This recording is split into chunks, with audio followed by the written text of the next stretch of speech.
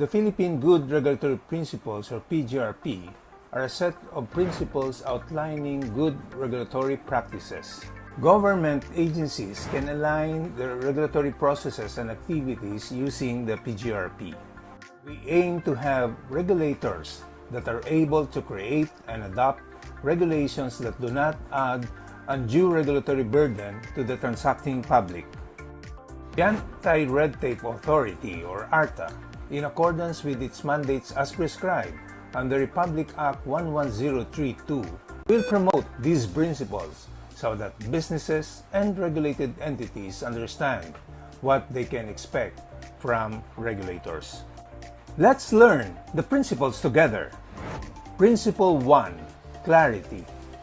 Regulators should provide clear rationale, objectives, goals, institutional frameworks, and support mechanisms in the regulations they issue.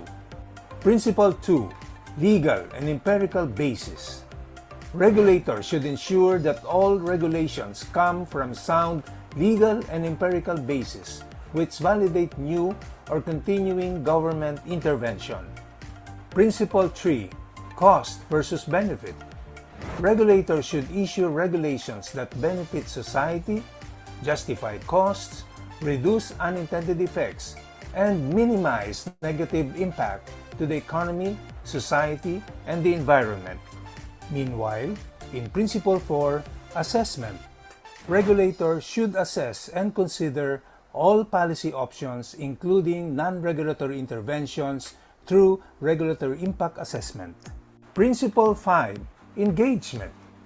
Regulators should practice and sustain effective and inclusive stakeholder engagement. Principle 6, Coherence. Regulators should align regulations with existing regulations, ensuring consistency and congruence. Then we have Principle 7, Whole of Government. Regulators across all levels should cooperate, collaborate, and support regulatory capacity development initiatives. Of course, we can't forget Principle 8, Continuous Evaluation.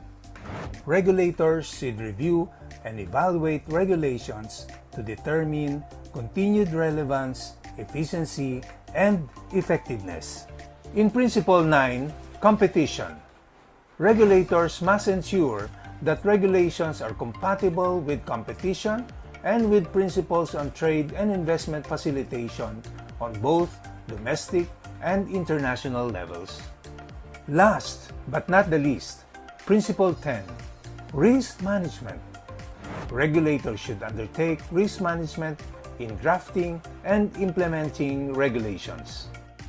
Through these 10 principles, we envision an efficient Philippine government that provides world-class service to the Filipino people. Together, we can create that bright future. For more information, you may visit the ARTA website at arta.gov.ph and download the Philippine Good Regulatory Principles.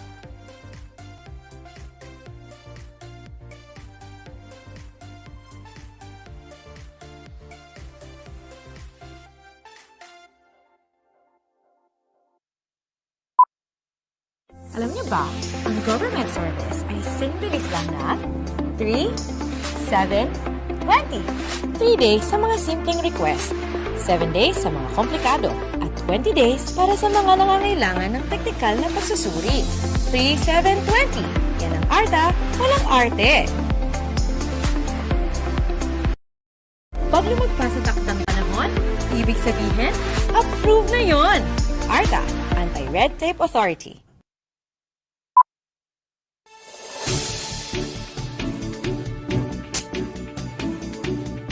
Ano ang batas kung walang kaparusahan? Hahayaan na lang ba ang mga pasaway? Sinisigurado ng ARTA, kasama ng Civil Service Commission at Office of the Ombudsman, na ang lahat ng government agencies ay susunod sa bagong batas. The Ease of Doing Business and Efficient Government Service Delivery Act of 2018. Ang mga sumusunod ay pinagbabawal. Bawal ang pagtanggi sa aplikasyon nang walang sapat na dahilan.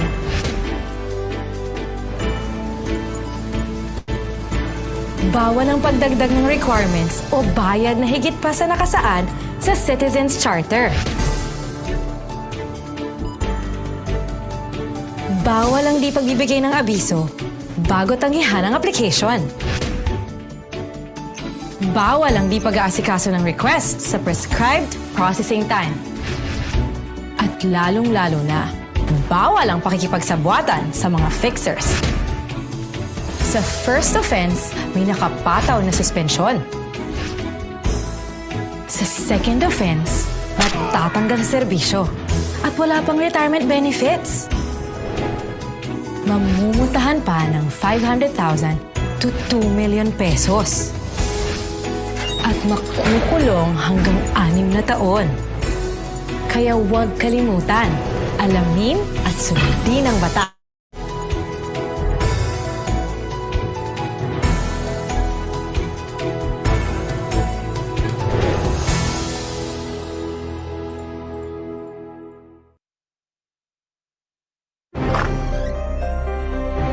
Panahon na para maputol ang red tape sa gobyerno mula sa lumang RA 9485. Ito na ang mas malawak na RA 11032. Mapapabilis na ang lahat ng serbisyo ng gobyerno. Ito na ang magpapaasenso sa mahal nating bayan. Ito ang ARTA, Anti-Red Tape Authority.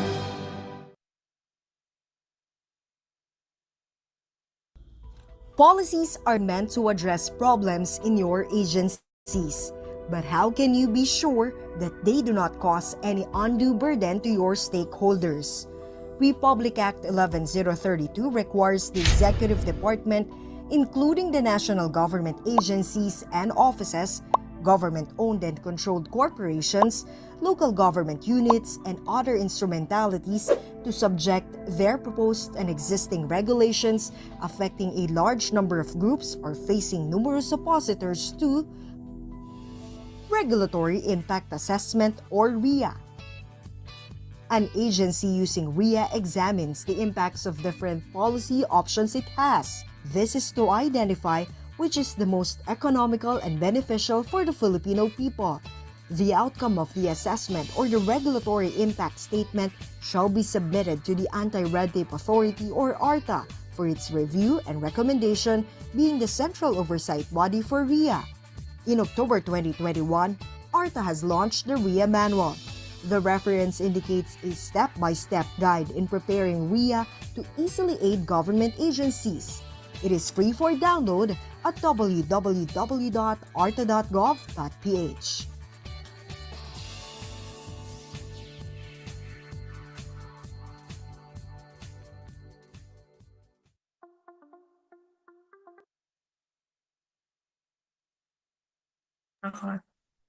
Hello everyone, good morning po. I would just like to confirm po if my audio is clear on your end po. Pa-heart reacts na lang po or pa-like.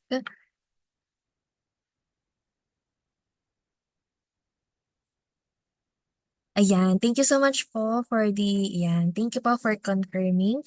So, welcome po to the executive briefing on the National Policy on Regulatory Management System and Regulatory Impact Assessment. I am your host, Regina Valerio, Project Development Officer 2 from the Regulatory Management and Training Division.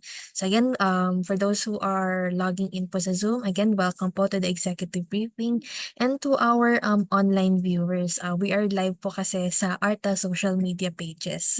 So welcome po sa ating mga participants. Okay. So before we start the executive briefing, I would just like to remind our participants to please answer the attendance form. You may scan the QR code flashed on your screens, or you may visit the tiny URL link. We also sent the tiny URL link and the alternative link sa ating Zoom chat box. Ayan. So To all our participants po who are logged in sa ating General Executive Briefing, kindly answer the attendance form. Okay.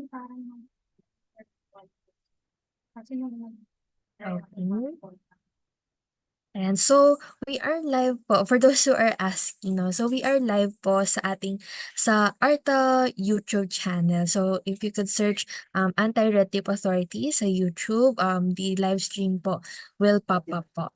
Yeah. So, you can share that to your colleagues who would like to be briefed about the NPRMS and RIA. So again po, to those who are just logging in, please scan the QR code or you may visit the tiny URL link to log in your attendance. This will be our basis for the certificate of attendance. So again, if you want a certificate of attendance, please answer the attendance form. And we will send that after our executive briefing. Okay? So now, slide po tayo. I would just like to discuss a few house rules for our Zoom participants. For easier identification, kindly use the proper Zoom username format. So agency and then your name. So for example, ARTA Regina Valerio, ARTA Juan de la Cruz. Ayan, for easier identification po. Especially pa question and answer po tayo. Microphones must be turned off during the session, and the microphones may be turned back on during the Q&A session. So if you have questions regarding NPRMS and RIA, you can turn on your microphones during the Q&A session. Questions may be submitted via Zoom chat, the Q&A tab, or the comment section. So for our online viewers, you can submit your questions in the comment section. And for those who are logged into Zoom, you can utilize the Zoom chat box or the Q&A tab for your questions. And we will address your questions later on during our open discussion. And we encourage everyone to open their cameras during the lecture discussion and Q&A sessions. Right? So may I request our participants to have a moment of silence for our invocation. Let us bow our heads and put ourselves in the presence of the Lord. Dear Heavenly Father, we thank you for gathering all of us today. May you bestow your guidance and blessings so that we can enjoy and appreciate its significance in our lives. Bless everyone who are present here today, that each one of us may be able to share our knowledge, understanding, and wisdom for your glory and honor. May the various activities related to this event be a success through your intervention. We all ask of this in the mighty name of Jesus. Amen.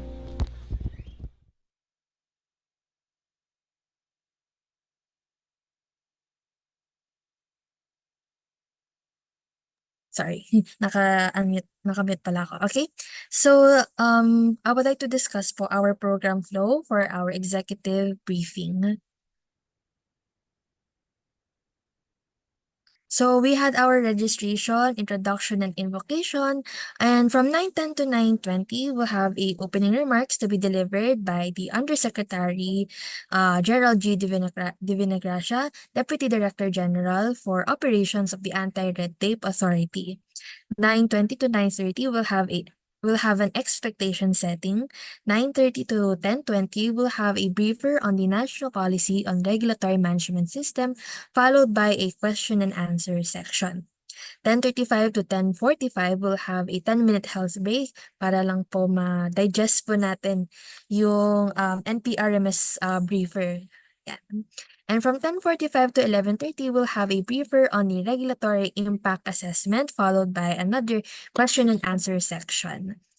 Okay? And from 11:45 to 12 o'clock, we'll have a closing remarks to be delivered by the Director of the Better Regulations Office, Director Marbita L. Marbita. Now, for the opening remarks. The opening remarks will be delivered by USEC Gerald G. Divinagracia, Deputy Director General for Operations of the Anti-Red Tape Authority. So let's give USEC Gerald a virtual round of applause.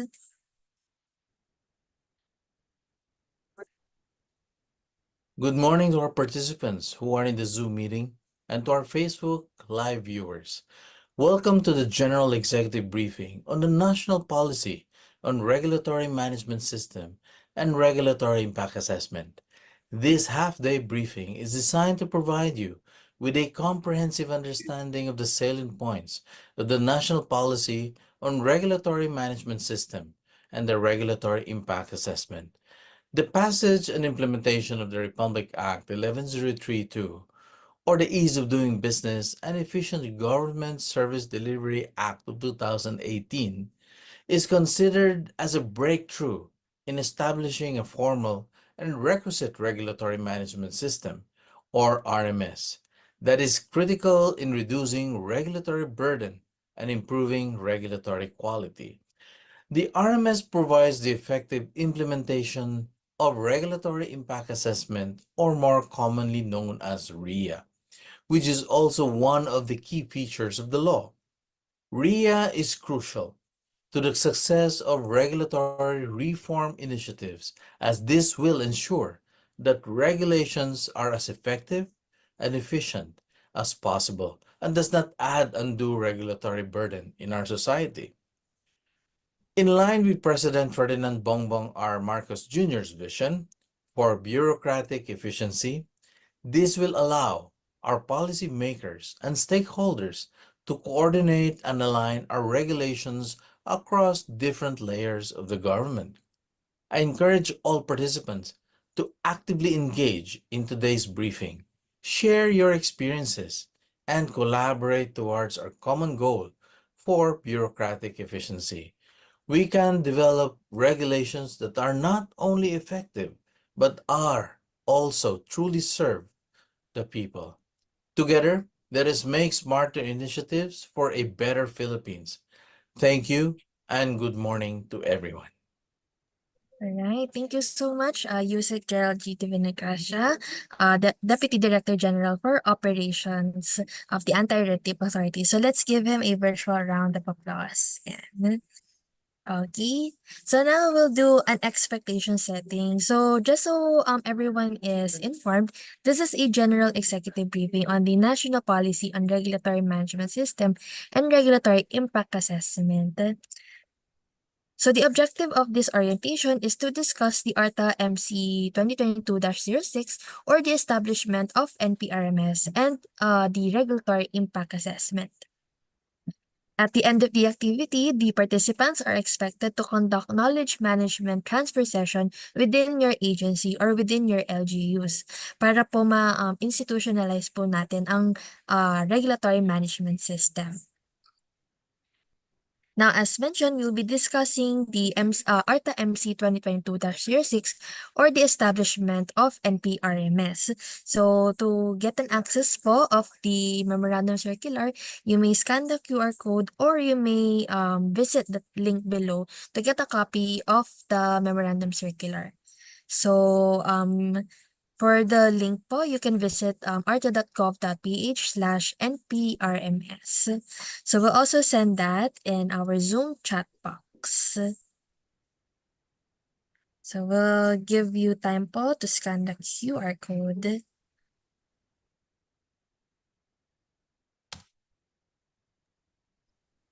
So we sent po the link to the NPRMS MC sa ating Zoom chat box. And also, we'll be discussing the regulatory impact assessment, which is based on the Philippine RIA manual. So to get a copy, you may scan the QR code or you may visit the ARTA website. So that's arta.gov.ph/regulatory impact assessment RIA.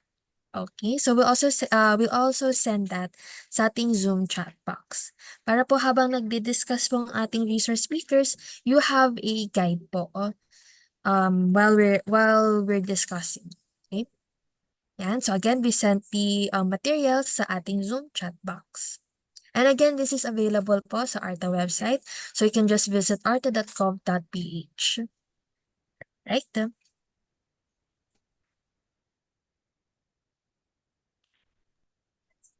All right. So let's start na po our briefer. Ayan. Sorry. So if you have if you have other expectations of the orientation, you can PM us po. You can PM me. If you have any other objectives po, objectives po for this orientation, so we can align po. Alright, so we'll start na po with our briefer. So our first briefer is on the National Policy on Regulatory Management System. And let us all welcome po our first research speaker for today. Ayan, again po, if you want a copy po of the MC, you can scan the QR code or you may go to the Zoom chat box to get the link po. To get the link po sa ating NPRMS MC. So again po, let us welcome our first research speaker for today.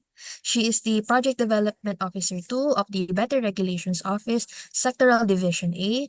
Please welcome Ms. Giselle and Team Melgar. Ms. Giselle, good morning. Thank you, Miss Reg, and good morning, everyone. May I confirm po if my audio is clear? Yes po, clear, Ms. Giselle. Okay, thank you, Miss Reg. So again, I am Giselle Melgar from the Better Regulations Office Sectoral Division A, and I will be providing the briefer for the National Policy on Regulatory Management System. So, to inform everyone, the National Policy on Regulatory Management System is the Philippines National Regulatory Architecture or Framework. So later on, we will discuss the Memorandum Circular, which established the NPRMS or the ARTA MC 2022-06. So next slide, please.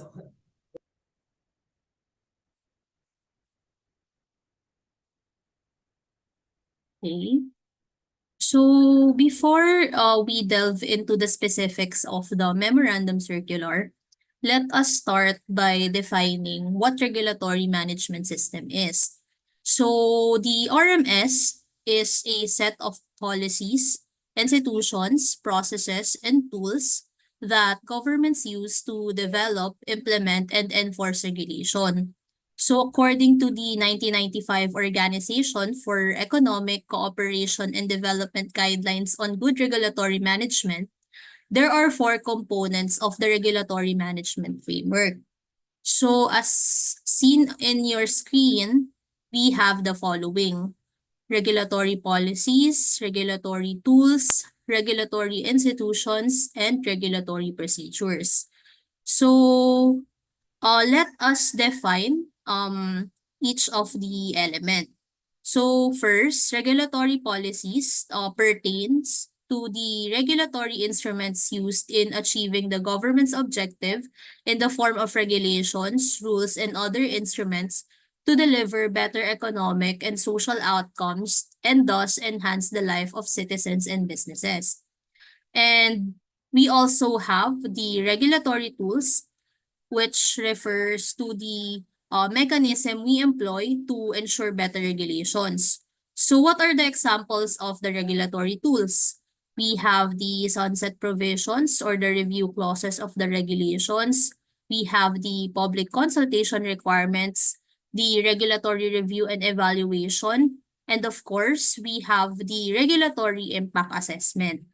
So moving forward to regulatory institutions, pertain to the bodies tasked with the responsibility for regulatory oversight. So these are the regulatory agencies, and then also ARTA, which is the main oversight agency for the implementation of the regulatory impact assessment.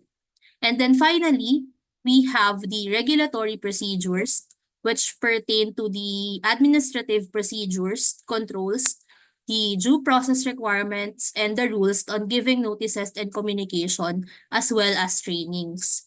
So according to MC number 2022-06 of ARTA, or the issuance that established the NPRMS, RMS comprises of but is not limited to a regulatory management framework.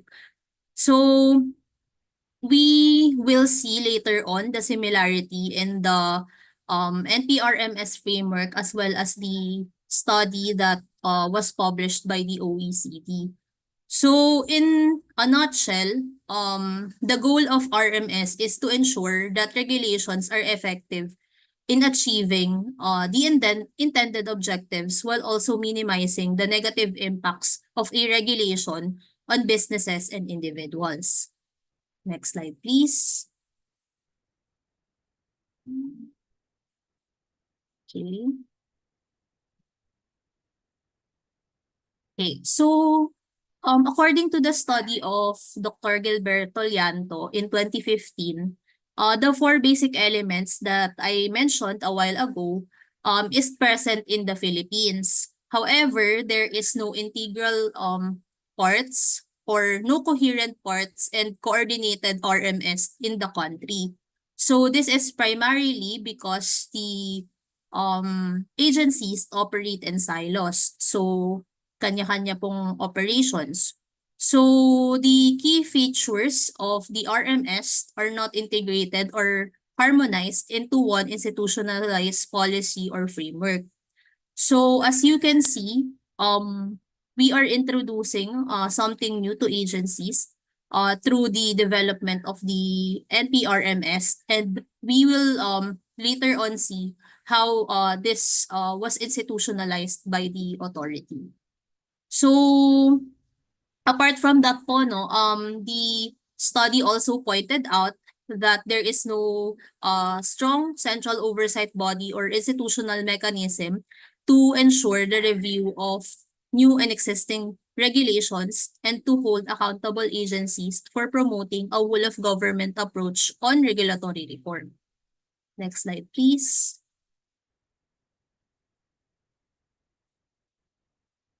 So the good news is the Republic Act 11032, also known as the Ease of Doing Business and Efficient Government Service Delivery Act, which was enacted in 2018, paved the way for the creation of the Anti-Red Tape Authority as the central oversight body mandated to implement a national policy on anti-red tape and ease of doing business. So the RA 11032 and its IRR provided the bedrock for the foundation of the establishment of a formal regulatory management system in the country. So under the law, we have the following mandates on good regulatory practices.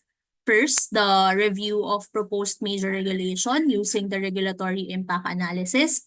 The conduct of regulatory management training programs to capacitate agencies like you for the conduct of the regulatory impact analysis, and also the review of existing regulations and the repeal of the same if we found out that it is deemed outdated, redundant, and adds undue regulatory burden to the transacting public. So anchored on the following mandates of the authority and its IRR, we have developed the National Policy on Regulatory Management System. Next slide, please. So in developing the NPRMS, we must know that we used references or various studies as well as best practices from other jurisdictions like the Australian Government's Office of Best Practice Regulation, which is now the Office of Impact Analysis, and the Malaysia Productivity Corporation. So this is to jumpstart the planning towards the institutionalization of the RMS in the Philippines. So apart from those studies, we also referred to the recommendations of the assessment report on the Philippines regulatory impact analysis by the OECD and the Asian Development Bank. So at the national level, we have efforts on regulatory reforms such as the Regulatory Impact Assessment Institutionalization or the project of the National Economic and Development Authority and the ADB, which piloted the regulatory impact analysis with the Department of Tourism and the Department of Labor and Employment. So gleaning from the lessons of the implementation of the various jurisdiction, we have considered the best practices from their jurisdictions in the development of the framework and implementation plan for the RMS in the Philippines. Next slide, please. So apart from those studies, it may also be important to note that the development of the NPRMS is aligned with the President's socio-economic agenda, particularly on the bureaucratic efficiency. So the 8-point socio-economic agenda directs the bureaucracy to become agile, lean, efficient, and responsive. So the establishment of the formal RMS supports this agenda by ensuring that regulations are responsive to the needs of the stakeholders, fit for purpose, and are not duplicative and inconsistent. Next slide, please.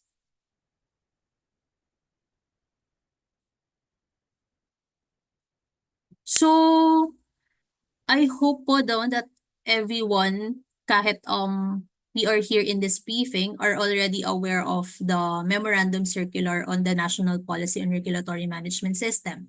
But in case that you are not familiar pa po with the said issuance, we would like to just lay down on how it became effective. So, of course, ARTA sought for an assistance or technical assistance from the UPAP Respond in order to develop the said memorandum circular. So we also had public consultations on the 27th of June, 15th July, and 28th September of 2022 to gather feedback from stakeholders, particularly agencies. And then after the said consultations, the memorandum circular became effective on December 17, 2022. So this is after the publication of the said memorandum circular in the newspaper of general circulation. So next slide, please. So in summary po, no, the objectives of the NPRMS can be enumerated into 3. So we have the promotion of the adoption of a systematized management of regulations in the Philippines, and through the establishment or the promulgation of the said MC, we aim to provide a common framework on good regulatory practice, and then finally to establish institutional arrangement for all covered agencies and coordinate on the regulatory activities of government to ensure that the regulatory environment in the country best serves the public. So, in a nutshell, nasabi ko na po kanina, the ARTA MC 2022-06 aims to ensure that all proposed and existing regulations are rational, fit for purpose, and do not add undue regulatory burden and cost to the transacting public. Next slide, please. Okay, so who are the agencies that are covered by the said memorandum circular? So the coverage of the MC will be on all the departments, authorities, bureaus, attached agencies, offices, LGUs, GOCCs, and other government instrumentalities covered by Section 3 of RA 11032. So this is whether they are located in the Philippines or abroad, or whether they provide business and non-business related transactions. Next slide, please. Okay, so it is important also to inform the covered agencies on the meaning of the regulation or the definition of the regulation. So accordingly, the imposition of the regulatory process mandates primarily or covers the policy instruments that are regulatory in nature or that fall under the definition of the regulation as defined in the memorandum circular. So the memorandum circular defined regulation as any legal instrument that gives effect to a a government policy intervention, which includes the licensing, imposing information obligation, compliance to standards, or payment of any form or fee, levy, charge, or any other statutory and regulatory requirements. Okay. So this is also the definition that is provided in the RA 11032. Next slide, please. Okay. So now po, we will delve in the elements of the NPRMS. So this is also enumerated po and explained in ARTA MC 2022-06. So accordingly, the NPRMS elements can be categorized into stage-based elements and cross-cutting elements.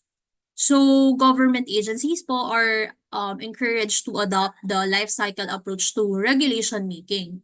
So the life cycle approach recognizes the equal attention must be given to all stages in the life of regulation. So this is from the forward planning, the development of regulation, the implementation of regulation, and the monitoring, evaluation, and ex-post review for regulations. So later on, the stage-based elements will be further discussed, but apart from the stage-based elements, we also have the cross-cutting elements of the NPRMS. So we have the adoption of the Philippine Good Regulatory Principles, which is the regulatory which are the regulatory principles enumerated in the MC and can be also accessed in the ARTA website. And kanina din po, no, this was explained in an informational video.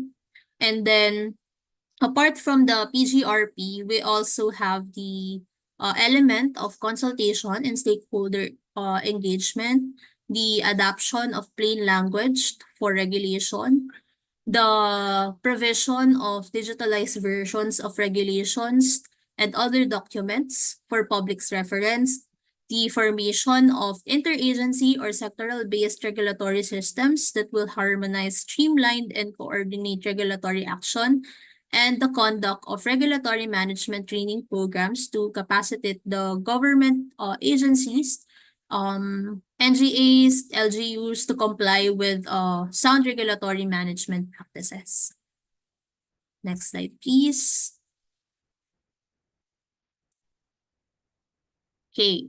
So as mentioned po, no, we have the Philippine Good Regulatory Principles to provide supplemental guidance to government agencies and to businesses and other regulated entities on how they should regulate and expected to be regulated.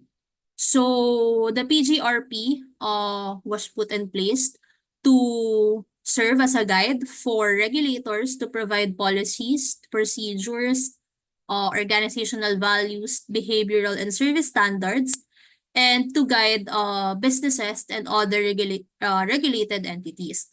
So we have the clarity, the legal and empirical basis, the benefits and cost, the assessment, engagement, coherence, will of government approach, the continuous evaluation of regulation, competition, and risk management. Okay. So next slide, please. So right now, what is being projected po on your screens is the overview of the national regulatory architecture that the NPRMS MC institutionalizes. So this diagram represents the regulatory process and life cycle approach to regulations. So as mentioned earlier, we have the four stage-based elements, which is the first one is the forward planning of regulations, which pertains to the submission of the annual regulatory plan, and if not, the regulatory notification form. And then we also have the development of regulations. So dito na po papasok, no, yung conduct po of preliminary impact assessment and the regulatory impact assessment, as well as the publication of the regulations. And then we have the implementation of regulations, which pertains to the regulatory delivery and the compliance and enforcement. And lastly, the monitoring and evaluation and ex post review of regulations pertaining to the conduct of monitoring and evaluation to all implemented regulations. Okay. So, mukha lang po tong complicated, but later on, we will go into it one by one. Okay, so next slide, please. Okay, so to define po, no, what is RIA? In a nutshell, regulatory impact assessment is a systematic process that helps to ensure quality of existing and proposed government regulation. So, how does RIA work po? So, RIA helps policymakers to examine the impacts and the consequences of different policy options. So this enables the policymakers to understand whether a proposed regulation can achieve certain public policy objective and thereby make corresponding decision. Okay. So just to inform everyone, the legal basis for the conduct of RIA under Republic Act number 11032 can be read under sections 5 and section 17H of the said law. Okay, so next slide, please. So, as mentioned, the legal basis is section 5 and section 17 of RA 11032. So, just to read po, no, section 5 mandates all proposed regulations to undergo regulatory impact assessment to establish if the proposed regulation does not add undue regulatory burden on or cost. And then section 17 pertains to the mandate of the authority to conduct regulatory management training programs to capacitate NGAs and LGUs to comply with sound regulatory practices. Okay. So next slide, please. Okay, so we will now be discussing po the stage-based elements one by one. Okay, so for the forward planning of regulation, this is the first stage of the regulatory life cycle approach. So in this stage po, all covered agencies are to submit their annual regulatory plan to ARTA not later than March 7 of each year. And then this annual regulatory plan po should have the brief information on the regulatory actions and intervention that the agency intends to implement for the said year. So the regulations to be included in the ARP are either proposed or those for amendment or repeal. So pwede pong yung mga regulations po that you intend to amend or existing regulations po that you want to repeal. So not just the new regulations po should be indicated in the annual regulatory plan.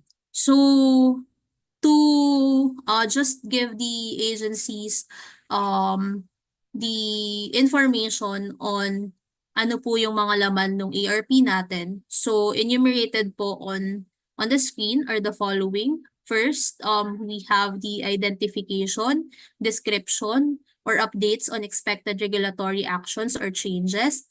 And then the objective of the regulatory actions or any changes on the regulatory actions. And then the information on planned consultations or kung meron na po kayong na-conduct na consultations, pwede nyo na din pong i-indicate in the ARP. And then it should also be in alignment with the current Philippine Development Plan. And also, it should have the contact details of the government agencies such as email, mobile phone numbers, which the public may reach to obtain further information. So, To inform everyone din po, the updated template for the annual regulatory plan is in the ARTA Advisory Number 15, which was issued early this year. So the title of the said advisory is the submission of the annual regulatory plan under ARTA Memorandum Circular Number 2022-06, which established the national policy on regulatory management system. So, paano naman po, no, if wala po tayong na anticipate na regulatory action before we submit po the annual regulatory plan? So, usual state po that the same lack or absence of any anticipated regulatory action in the summary section po of the annual regulatory plan. So, dun po, we can say na no intended regulatory actions for the year. But in case po that after March 7, meron po tayong regulations na i-implement, we must submit naman the regulatory notification form. So, the regulatory notification form po is applicable for all regulations po to be implemented by the agency that are not included po in the annual regulatory plan. So, just to inform everyone po, no, last March 7, 2024, ARTA received a number of 270 ARP submissions from covered NGAs, GOCCs, and government hospitals. So, to make it clear, the ARP po is just a compilation of the regulatory notification form. Okay? So, just to, just to give you an idea kung ano po yung itsura ng regulatory notification form. Next slide, please. Okay. So, the regulatory notification form po looks like this. So, as mentioned po, if the plan regulations has not been included in the submission of the annual regulatory plan and the agency has an intent to regulate within the year, they must submit a regulatory notification form to ARTA. Next slide, please. Okay, so we're now done with the first stage-based element, which is the forward planning of regulation. We now move forward to the development of regulation. So this is the second stage po in the regulatory life cycle. So in this stage, government agencies shall assess whether the proposal or the regulatory action will cause impact to the stakeholders. So this impact could be either positive or negative. So paano po natin malalaman if meron pong negative or positive impact in regulation? So dito na po ngayon papasok yung regulatory impact analysis.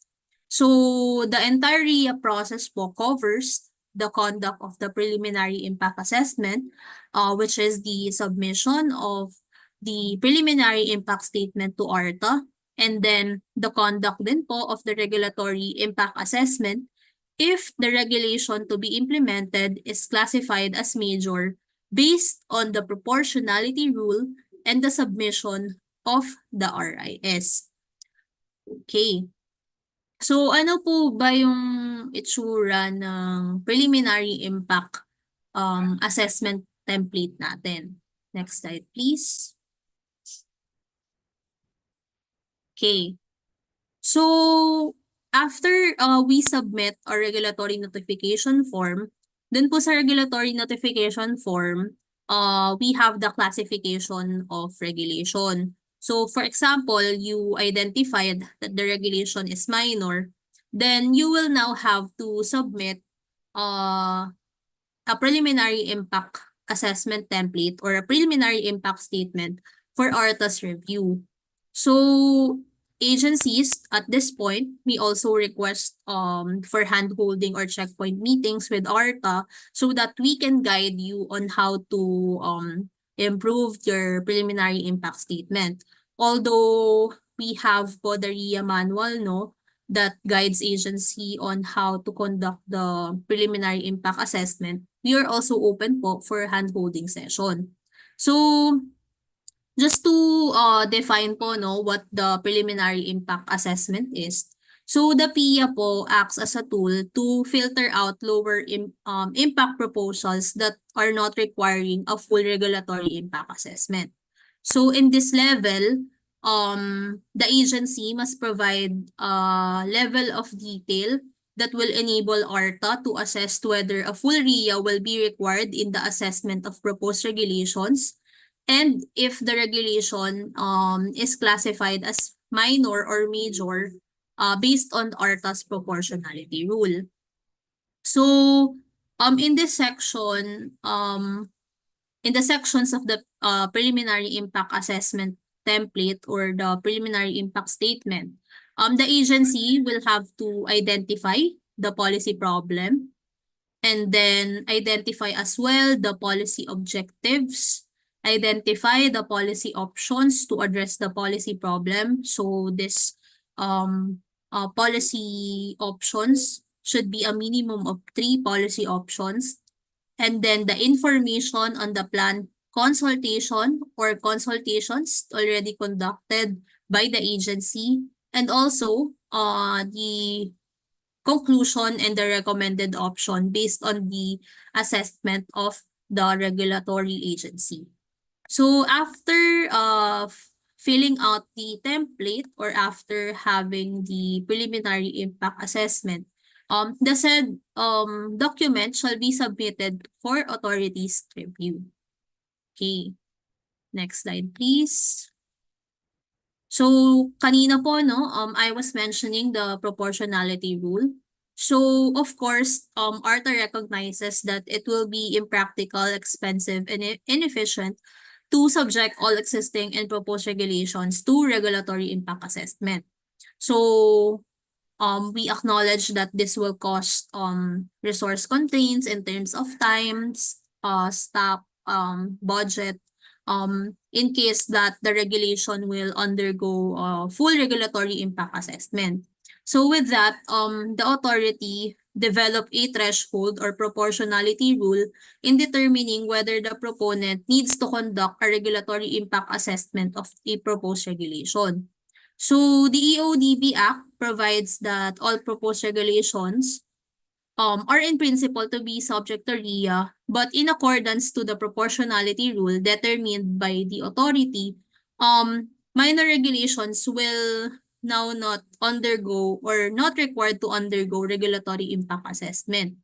So as determined po by the authority, the following is the threshold whether to determine if the proposed regulation will still have to undergo RIA or can be subjected already to implementation. So the proportionality rule says that a regulation should undergo RIA or is major if it has substantial or widespread impacts on the economy, society, or the environment, if it affects a large number of business or individuals, and it faces widespread or determined opposition among stakeholders or the broader public or other concerned or interest groups, if it imposes substantial compliance costs on businesses or individuals, if it may have significant impact on gender and social inclusion,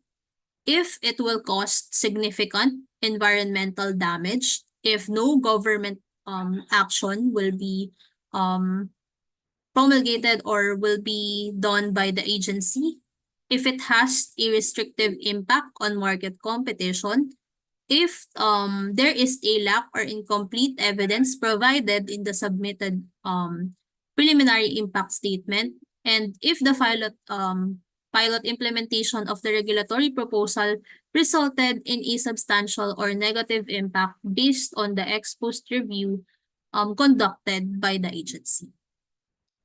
Okay. So that is the proportionality rule po, So moving forward, next slide please.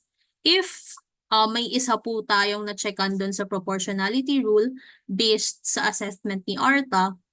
The proposed regulation will now have to undergo the regulatory impact assessment.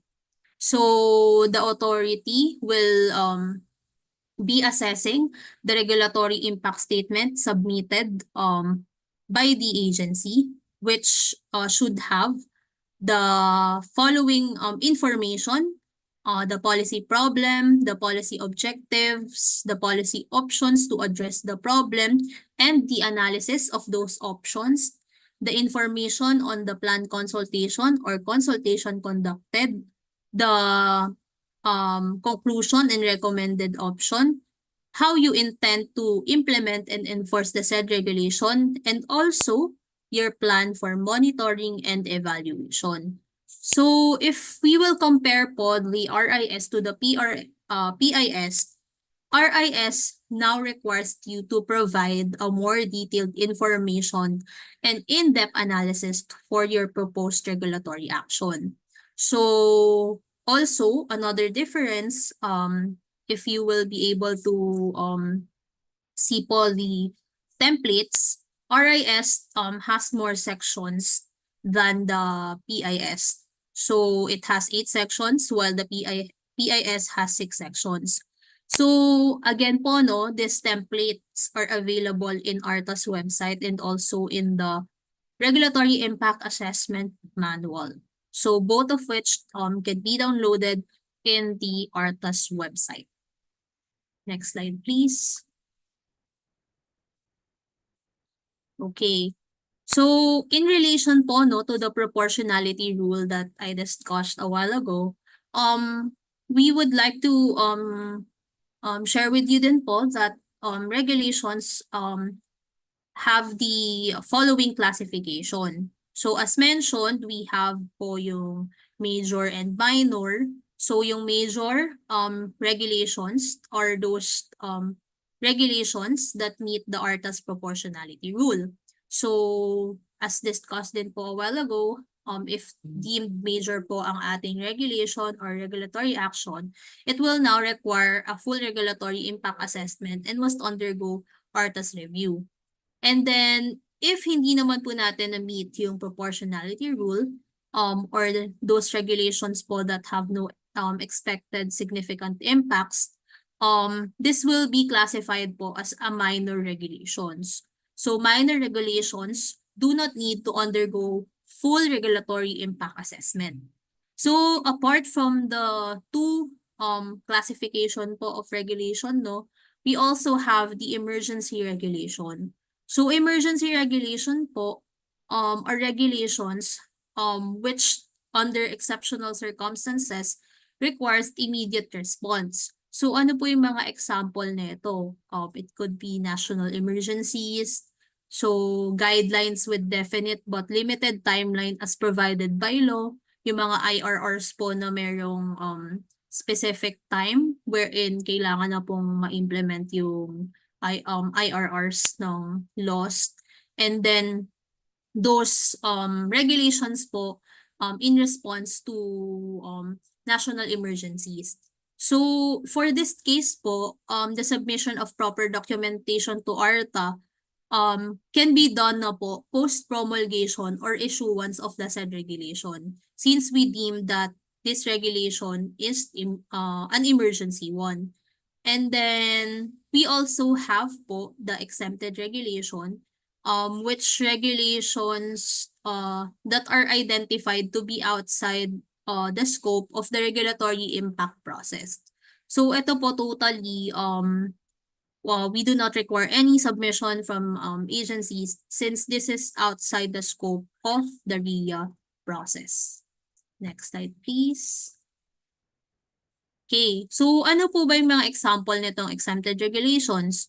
So as enumerated po in the Annex A of the ARTA MC 2022-06, we have the laws passed or proposed legislation by the Congress of the Philippines, the programs, projects, and activities of the government, which includes grant, loan, technical assistance, or partnership with international development partners such as World Bank, ADB, and United Nations.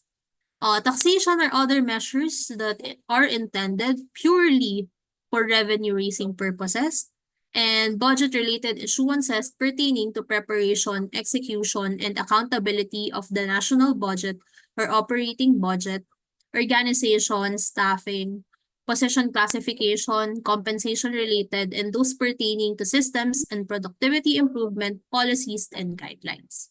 So, yan po, no? Ito po yung list of exempted regulations. Okay? So, if you want to know more about po the regulatory impact assessment, you may check the Philippine RIA manual. So, it includes what we have discussed earlier, and it also has discussions on the analytical tools and lenses when you conduct the regulatory impact assessment. So, as mentioned, it can be downloaded po through our website at www.arta.gov.ph. Okay, next slide please. So, as mentioned po, apart from the conduct of the preliminary impact assessment and the regulatory impact assessment, the development of regulation also includes the publication of these regulations. So, this is to ensure transparency among the stakeholders. So, generally, regulation shall take effect upon their publication either in the official gazette or in a newspaper of general circulation, and following the filing with the Office of the National Administrative Registers, 3 certified copies of every rule adopted. So these regulations shall usually become effective 15 days from the date of filing unless a different date is fixed by law or special cases of which that is expressed in a statement accompanying the rule. So, ayun po, no, the publication requirement po is mandated by the law. So, it is also part of the development of a regulation. Next slide, please. Okay. So we are now done with the forward planning of regulations and the development of regulations, which are the first 2 stages of the life cycle approach to regulation. Now, we also have the 3rd stage, which is the implementation of regulation.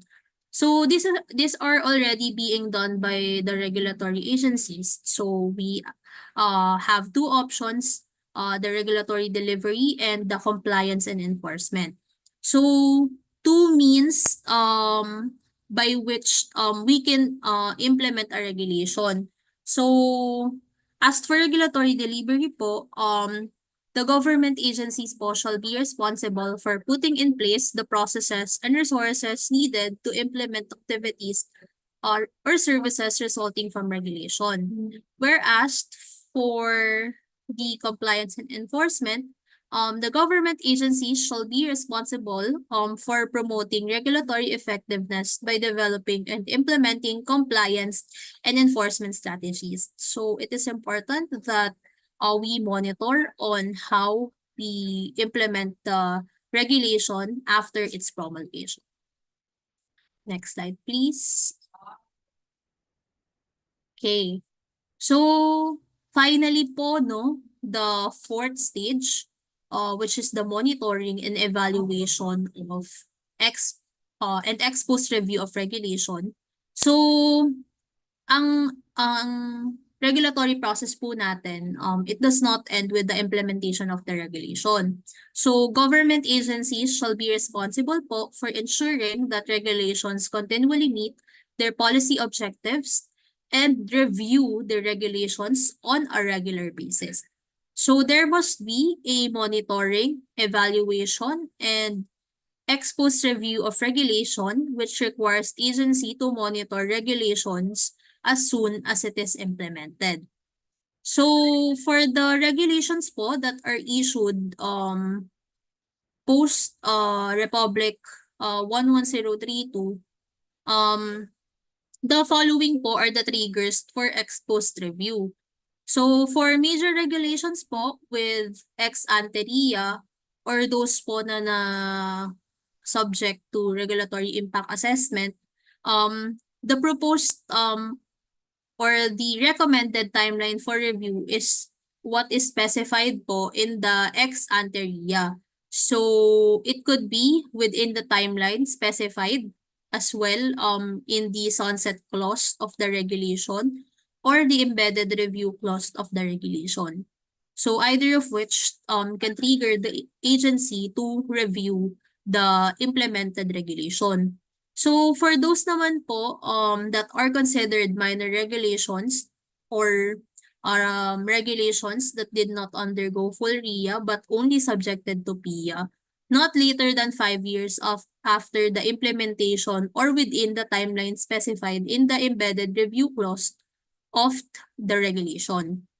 And then for emergency regulations, it should be not later than 2 years after implementation or within the timeline specified in the embedded review clause. So, as earlier discussed, emergency regulations po are those that are not subjected either to PIA or RIA due to exceptional circumstances. Okay, next slide please.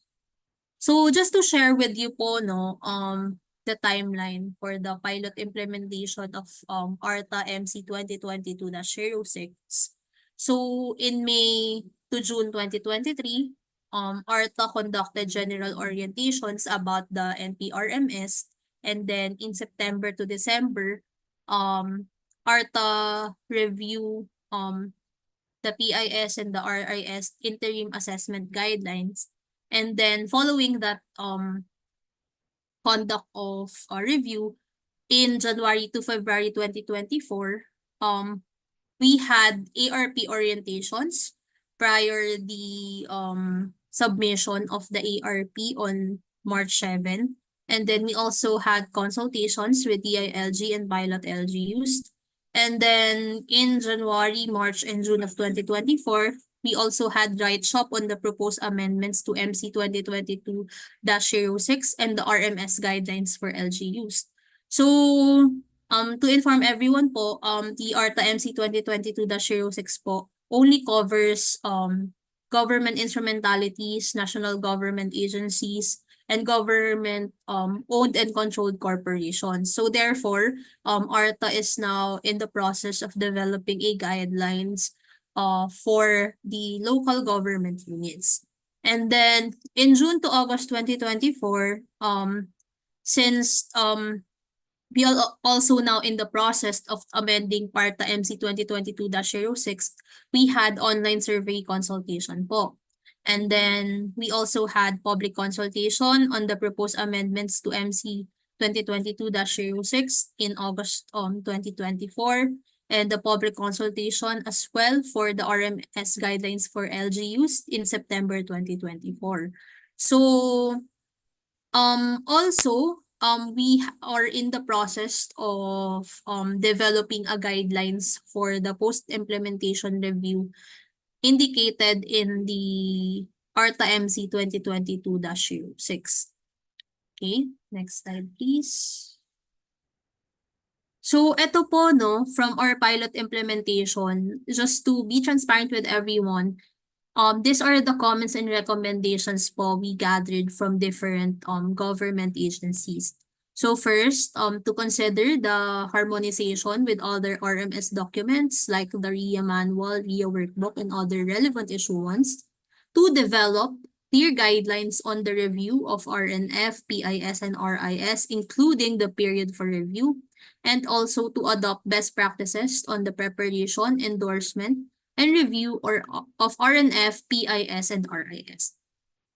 And then, apart from that, next slide please. We also got recommendations on having clear conditions and procedures for the classification of exempted and emergency regulations.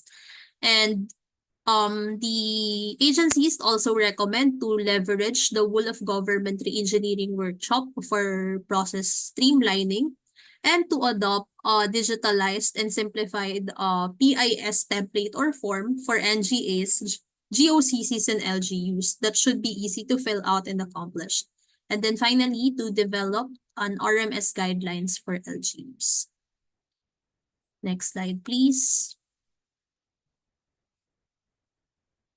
Okay. So, next slide po. So, just a heads up po, no? Section 8 of the Ease of Doing Business Law provides for the accountability of heads of agencies and offices. So it states that the head of the office or agency shall be primarily responsible for the implementation of the act and shall be held accountable for to the public in rendering fast, efficient, convenient, and reliable service. So all transactions and processes are deemed to have been made with the permission or clearance from the highest authority having jurisdiction over the government office or agency concerned.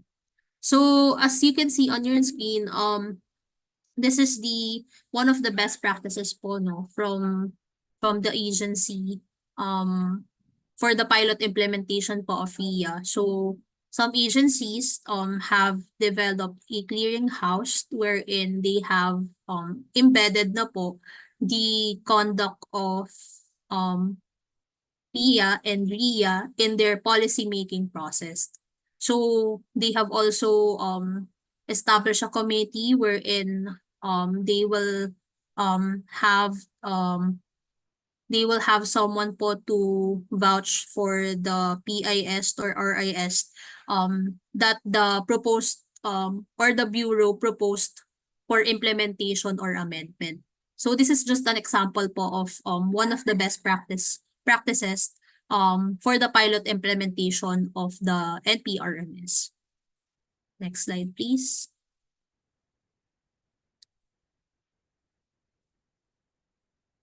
Okay, so allow me po to to end this presentation with this slide. So in another study po that was conducted by Ental and Hill in 2016, they classified the countries according to their regulatory management stage. So in 2016, the Philippines was classified in the starter stage, and now we are already at the enabled stage as the regulatory management processes have been put in place through the implementation of the RA 11032 and its IRR, as well as the Memorandum Circular number 2022-06. So while the intention is already there, we observe that the regulatory quality management does not happen consistently. So we probably haven't reached out to all covered agencies, and we are still in the process of developing the RMS guidelines for LGUs, and also we have yet to establish one for SUCs and water districts. But in a nutshell, what we realize is that ARTA cannot do this alone. So we need the help of the agencies and also your collaboration and cooperation in the implementation of the RMS on all covered agencies of ARTA. So we still have a lot to improve on, but hopefully the integration, coordination, and full operation of a coherent regulatory management system shall enable the Philippines to transition into the practice stage. So this is our aim, and these efforts hopefully will yield an improved, competitive, and integrated regulatory environment in the Philippines that is conducive for greater domestic and international economic activity. So with that, that ends my presentation, and thank you everyone, and have a good day ahead. Ayan. Thank you so much, Ms. Giselle, for the briefer on the National Policy on Regulatory Management System. Ayan. So let's give Ms. Giselle a virtual round of applause. Ayan. So, for those who are just logging in sa ating Zoom briefing, don't forget po to log in your attendance. So, we sent po the link sa ating Zoom chat box, okay? Okay, so now we'll proceed po with the question and answer section po. So let me just share my screen lang po. Ay,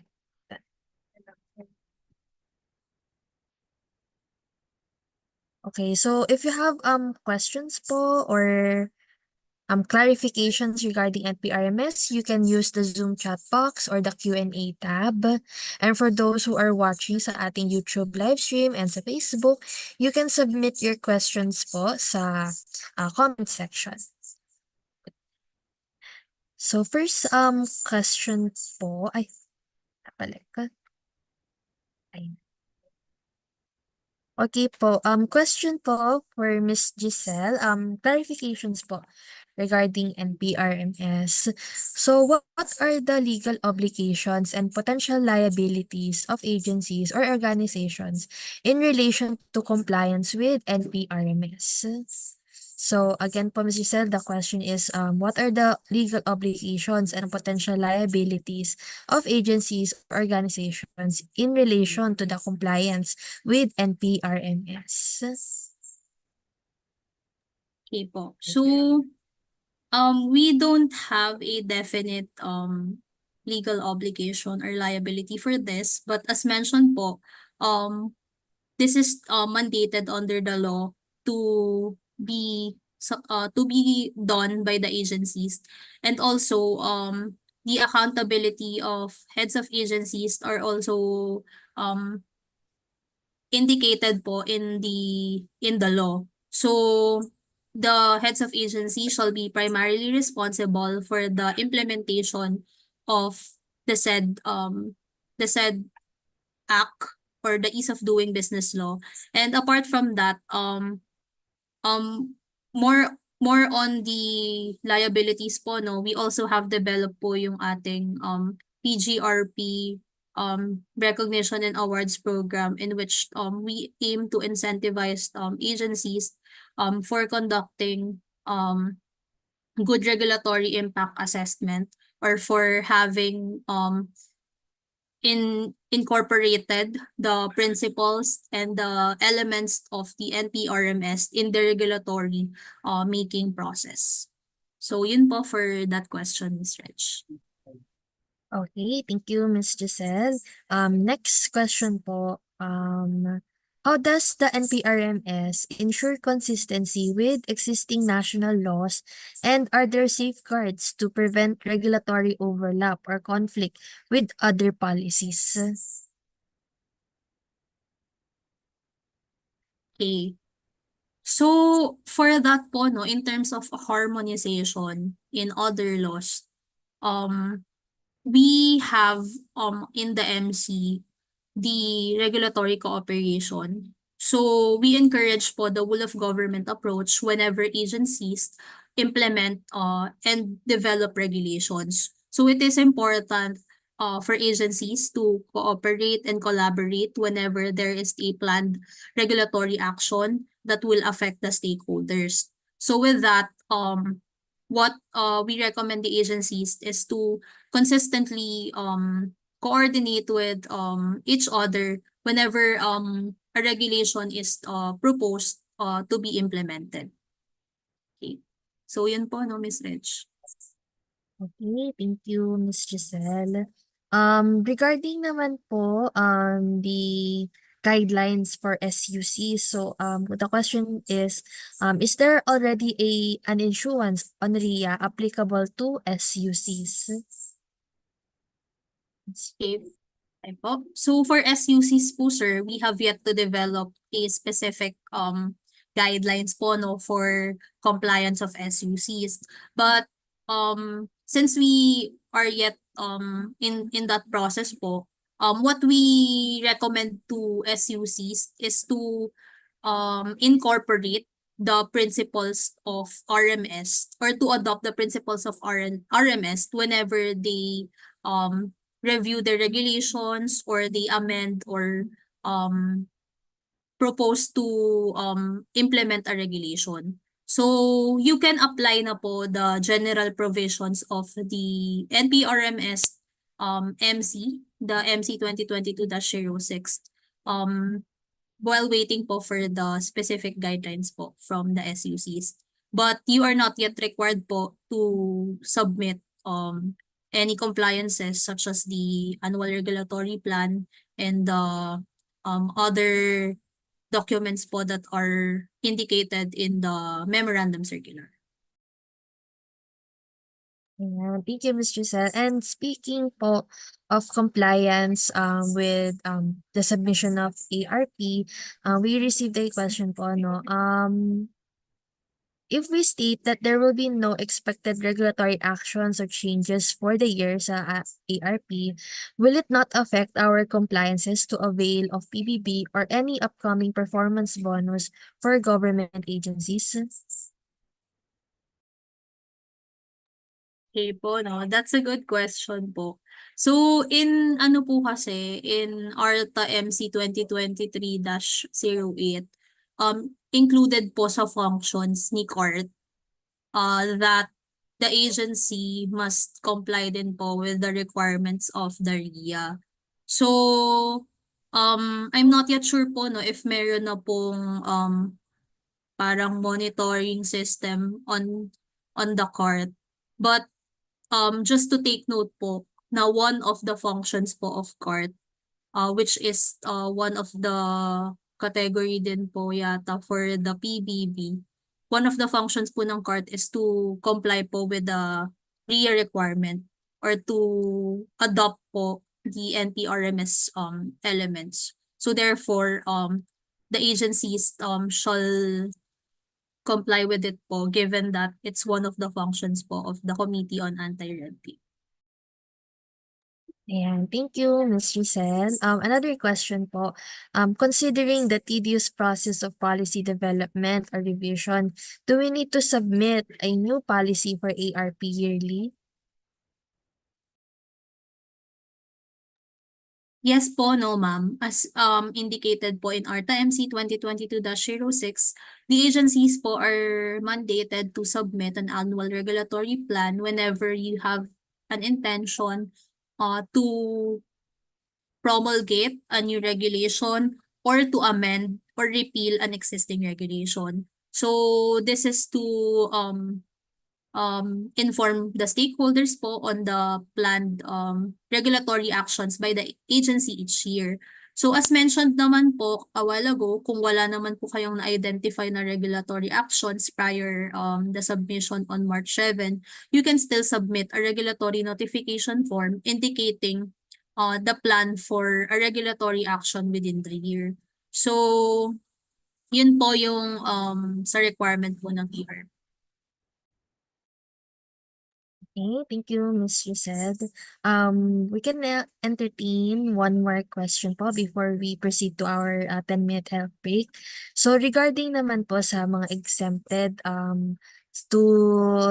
exempted po na agencies and regulations, as to exempted regulations, would like to inquire why the quasi-judicial or quasi-legislative functions of a regulatory agency are not exempted. Okay po. So, on that po, we will go back po to the definition of regulation. So, whenever there's an imposition po of a requirement or any information obligation pertaining to the transaction or services of an agency, then it should be deemed po as regulation. However, since we are in the process po of amending the MC, agencies can still recommend whenever if they deemed that those services po or functions, the quasi-judicial and quasi-legislative functions of an agency should not be covered by the regulatory process or should be one of the exempted regulations or exempted transactions po for the conduct of the regulatory impact assessment. Okay, thank you, Ms. Giselle. May mga pahabol po na questions. Ayan. So question po regarding sa mga LGUs po, no? Are LGUs already required to submit RIA or comply to the NPRMS? Sorry po. Pwede pong pakiulit po, Miss Rich. Okay. So, are LGUs already required to submit RIA or yung mga compliance po to, Okay. yeah. Okay po, no. So as of now po, ma'am and sir, we are in the process of developing the RMS guidelines for LGUs. So you are not yet required to submit the regulatory impact assessment or preliminary impact assessment. However, as mentioned, you are encouraged to adopt the general principles of the NPRMS indicated in ARTA MC 2022-06. And also, we have the existing JMC po with DILG wherein you need to have the compilation of all the regulations po that the agency have. So, for stock taking po, no? So, yun po yung current requirements for LGUs. But as to the RIA requirement, you are not yet required po to submit regulatory impact assessment or at the very least the preliminary impact statement for all proposed ordinances or regulations by the LGUs. Thank you, Mr. Sal. And pahabol pa na question, and I think this is important to note po na sa ating mga agencies. Question po is, what happens if an agency fails to submit an annual regulatory plan? Okay po. So as mentioned po, no, agencies po are required to submit an annual regulatory plan. So that is one of the requirements po in ARTA MC 2022-06.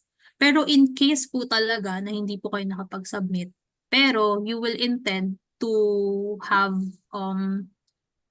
regulations for implementation po within the year, then what you need to submit po is the regulatory notification form. Pero you must take note po na important po that you have, or required po rather, to have the annual regulatory plan. So in case naman po na wala kayong intended regulatory actions na na-identified before March 7, you can indicate in the summary section na lang po that you have no intended regulatory actions for the year. So that's it po for the requirement of the annual regulatory plan. Thank you, Ms. Giselle. For those who are, kasi meron pa pong humahaba na questions, don't worry, we will address that, we will address your questions po sa ating Zoom chat box. But for now po,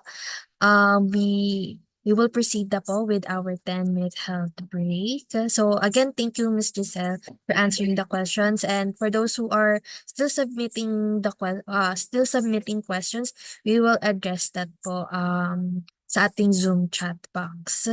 Okay? So now po, we will proceed to our 10-minute health break.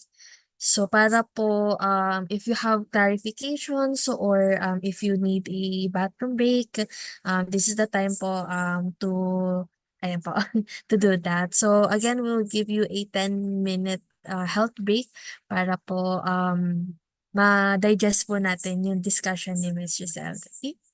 The time check po, it's 10:29. Please mag-log back po kayo at 10:39. Thank you.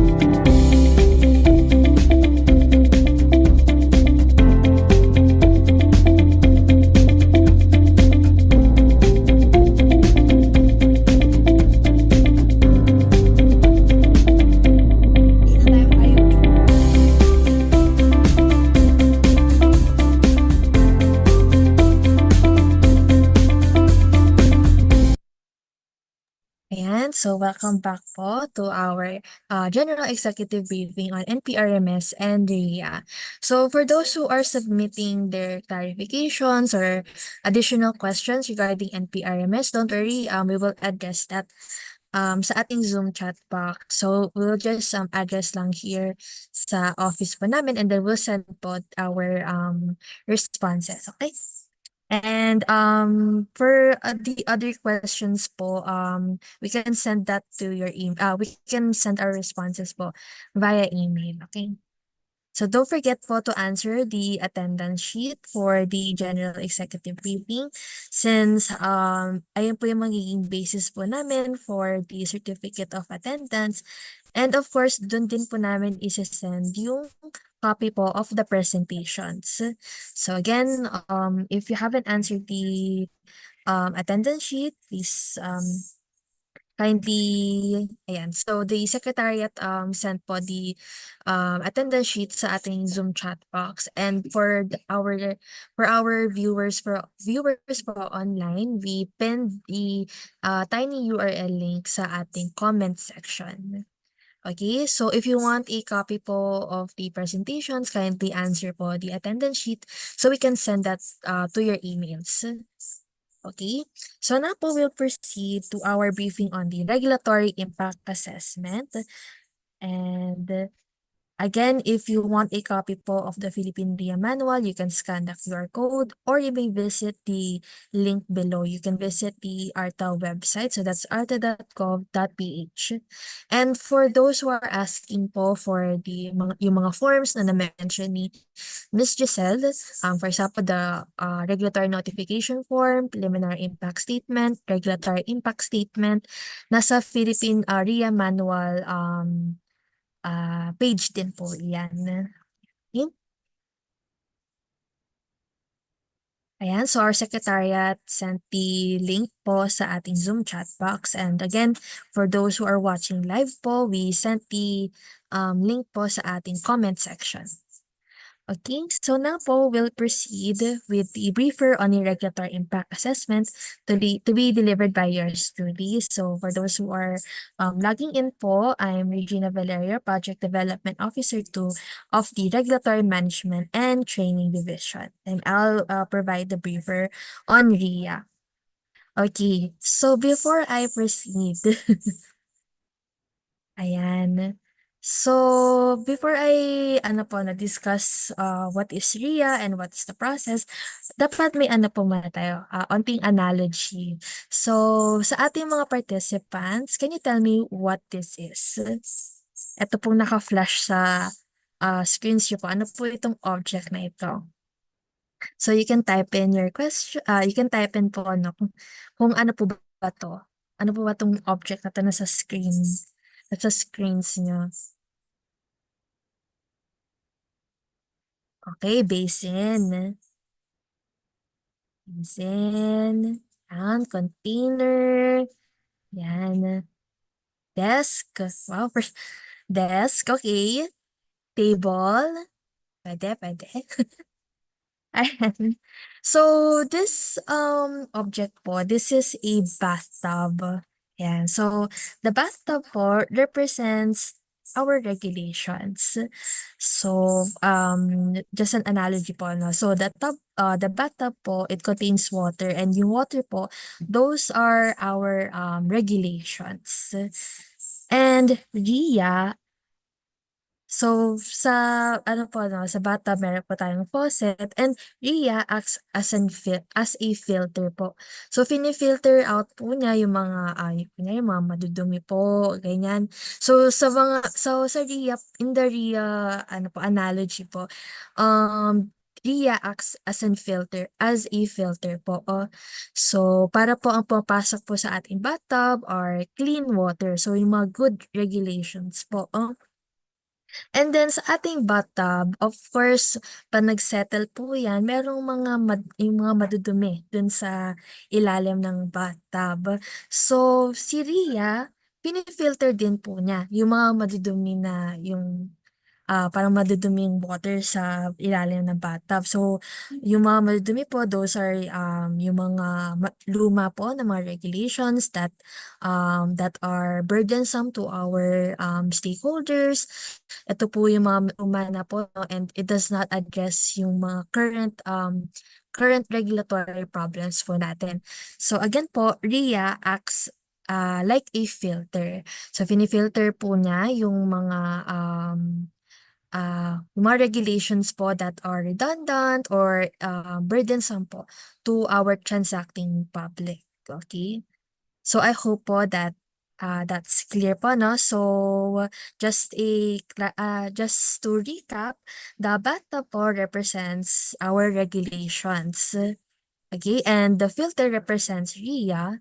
And when we have RIA po as a filter, lahat po ng mga regulations po natin sa regulatory environment are clean and hindi po siya burdensome to our stakeholders. And ano po siya, no? It does not add undue regulatory burden to our stakeholders. So thank you so much po sa mga participate.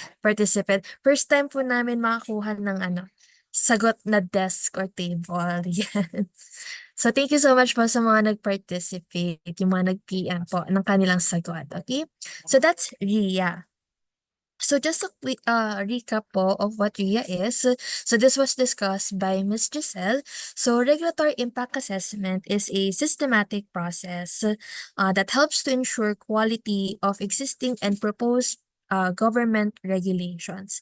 And it also helps policymakers to examine the impacts and consequences of different policy options. And this enables them to understand whether a proposed regulation can achieve certain public policy objectives and thereby make the corresponding decision. So yung RIA po, it guides our policymakers po into creating different policy options po that can address your regulatory problem. So again po, no, just to highlight different policy options. And in RIA, we identify our policy options into three approaches. So we have the non-regulatory approaches, which contains the do nothing or status quo. So yung do nothing, this is your kung ano po yung ini-implement nyo ngayon. So status quo, what is currently being done. Providing information, so this can be your IEC campaign materials, incentives or subsidies. So as mentioned po by Ms. Giselle earlier, ARTA po is giving incentives po, no, to regulatory agencies to promote good regulatory practices. So that's an incentive, incentives po. And then we also have mixed approaches. So we have the self-regulation and co-regulation. And then our last policy dito po sa spectrum po natin is the command and control, which is the classic regulatory approach. So these are penalties, yung mga pagpataw pa ng mga penalties, no. So for RIA po, we ask the regulatory agencies to provide at least 3 regulatory options. Okay, so tandaan po natin at least 3 regulatory options from the different spectrum po. And as much as possible po, no, we want the agencies to not lean so much towards the command and control, the regulatory approach. Kasi parang we want a spectrum po, no, of policy options. And last resort po natin, yung command and control. So for those who attended our RIA trainings, we use the bicycle helmet case study. So for the bicycle helmet case study po, just so everyone is apprised po, no. So for example po, we are a regulatory agency and we saw that there's an increase of bicycle-related accidents. And our agency, ano po to, hypothetical agency, our agency wants to do to mandate bicycle helmet use. But in RIA, what we want to see is a spectrum of policy options. So we need to look at different approaches. So we want to see ano kaya pwedeng policy options under the non-regulatory approaches, for example, providing information, IEC, campaign materials to promote better, for example, better compliance sa mga road safety campaigns. Yun, pwede po siyang policy option. Incentivize po kunyari mga helmet providers. For example po, no, ganun po kayo na agency that mandates bicycle helmet use. You can lean towards the non-regulatory approaches. And then you can also do mixed approaches. So yung mga regulation, co-regulation, and then last resort na po yung command and control. So providing penalties, for example, sa mga pasaway po ng mga bicycle riders. So that's what RIA wants our regulatory agencies to do, to look at different regulatory approaches para po hindi kunyari kung ano po yung gusto kung command and control lang po tayo, no? So, ang dami na po nating pinapatawan na penalties sa ating mga regulations. What we want to see po is a spectrum, no? Okay, so again po, no, at least 3 policy options. And kasama na po dun sa 3, yung do nothing or status quo. Bakit po namin isasama yung do nothing or status quo? Hindi naman po niya ina-address yung regulatory problem po natin. In RIA, we include the do nothing or status quo to serve as a baseline data.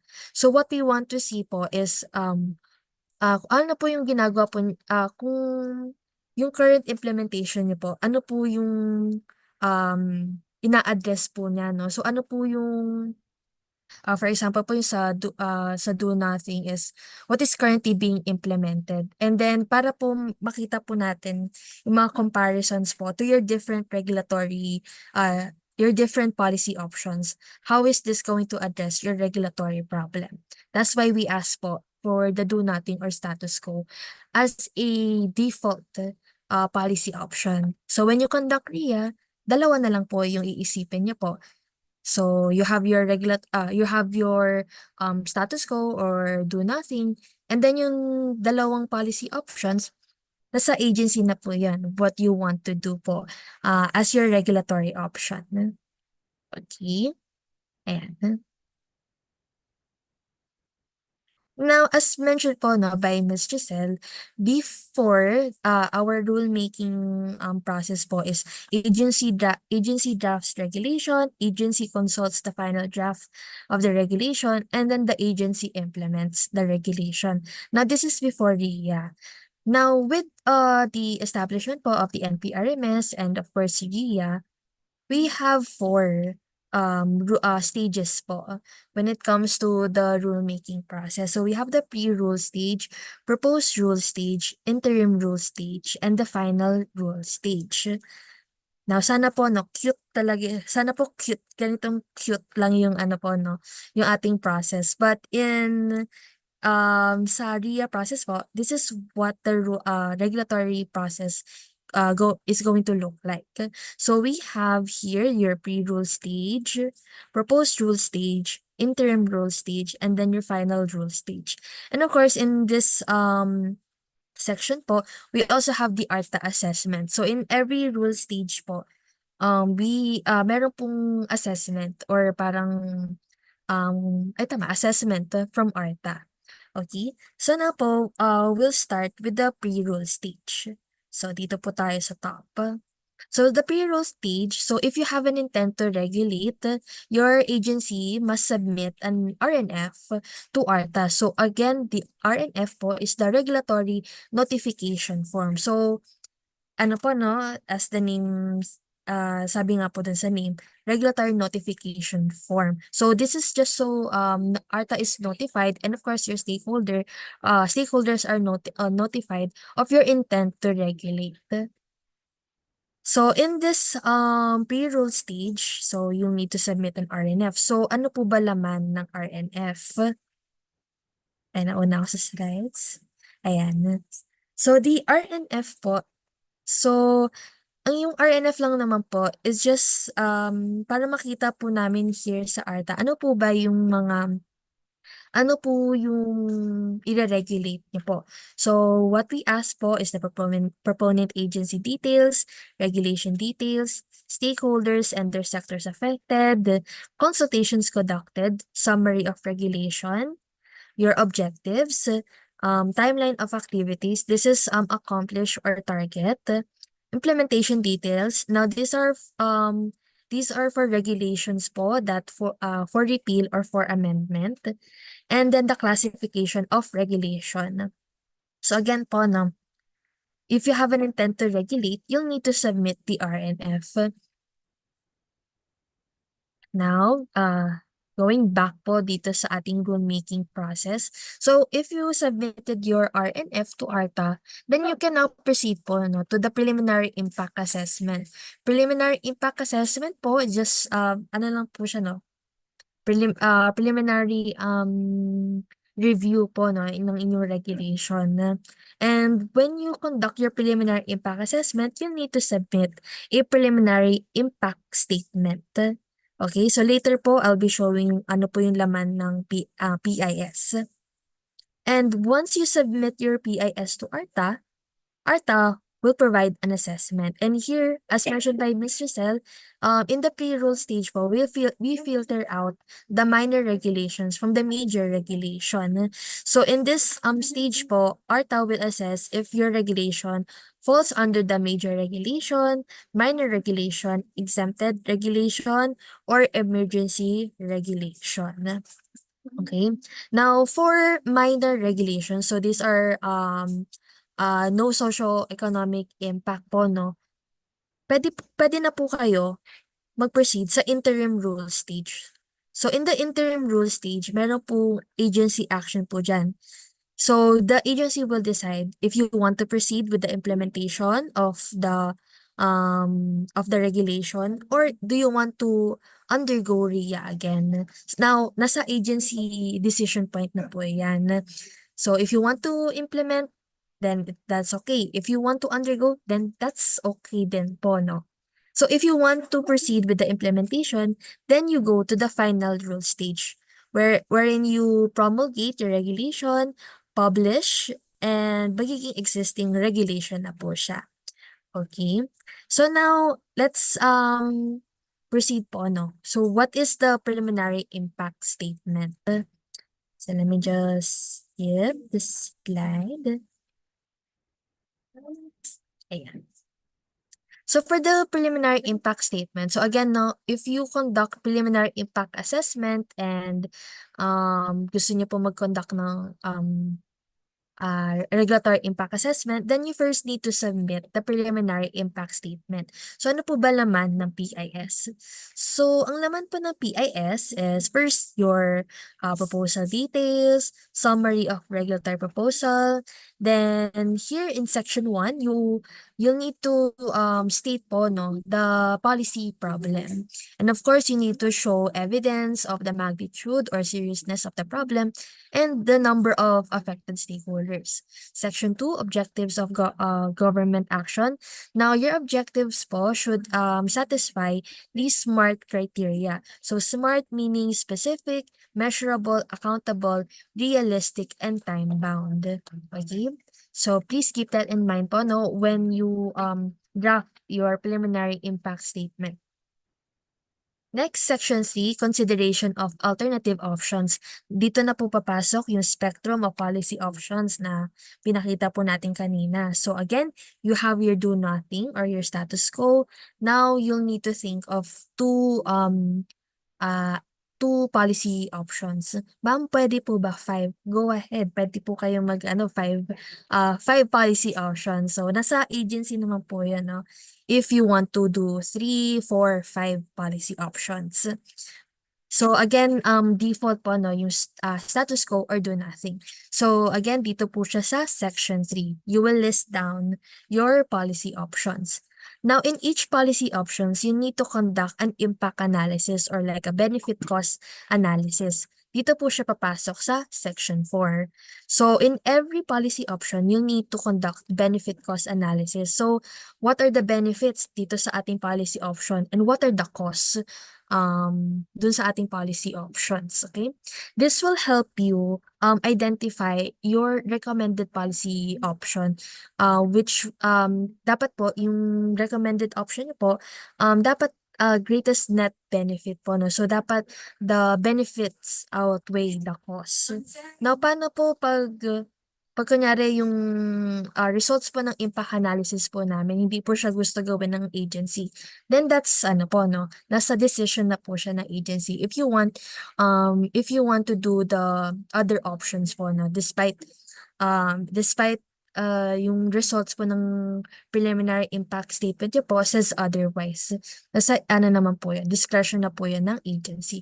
Basta po, when you explain po to your stakeholders bakit ito pong policy option yung pinili nyo, nasa agency na po yun. If si agency na po mag-explain to your stakeholders why you chose that policy option.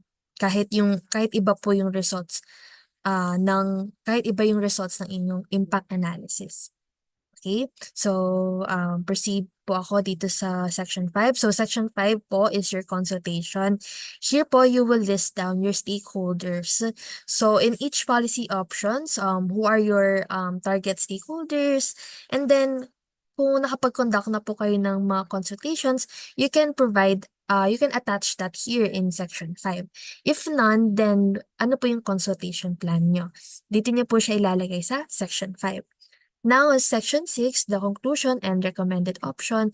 So, this is just parang to summarize po, no, yung impact analysis niyo po and what is your agency's recommended option, and also you need to provide an explanation as to why that is your recommended option. Okay, since you know your regulations best sa inyong agency, we in ARTA, we want to know po why you chose that why you chose that option. Okay, so again, these are the sections sa preliminary impact statement. Now, as mentioned po, no, just a review po, no, dun sa proportionality rule. Again po, in the preliminary impact assessment, we filter out the minor regulations and the major regulations. Now, the major regulations, these are regulations po that satisfy any of the proportionality rule. So, if your regulation po, pumasok po siya dito sa proportionality rule, then that becomes a major regulation. Kahit isang rule po dito sa list, then that becomes a major regulation.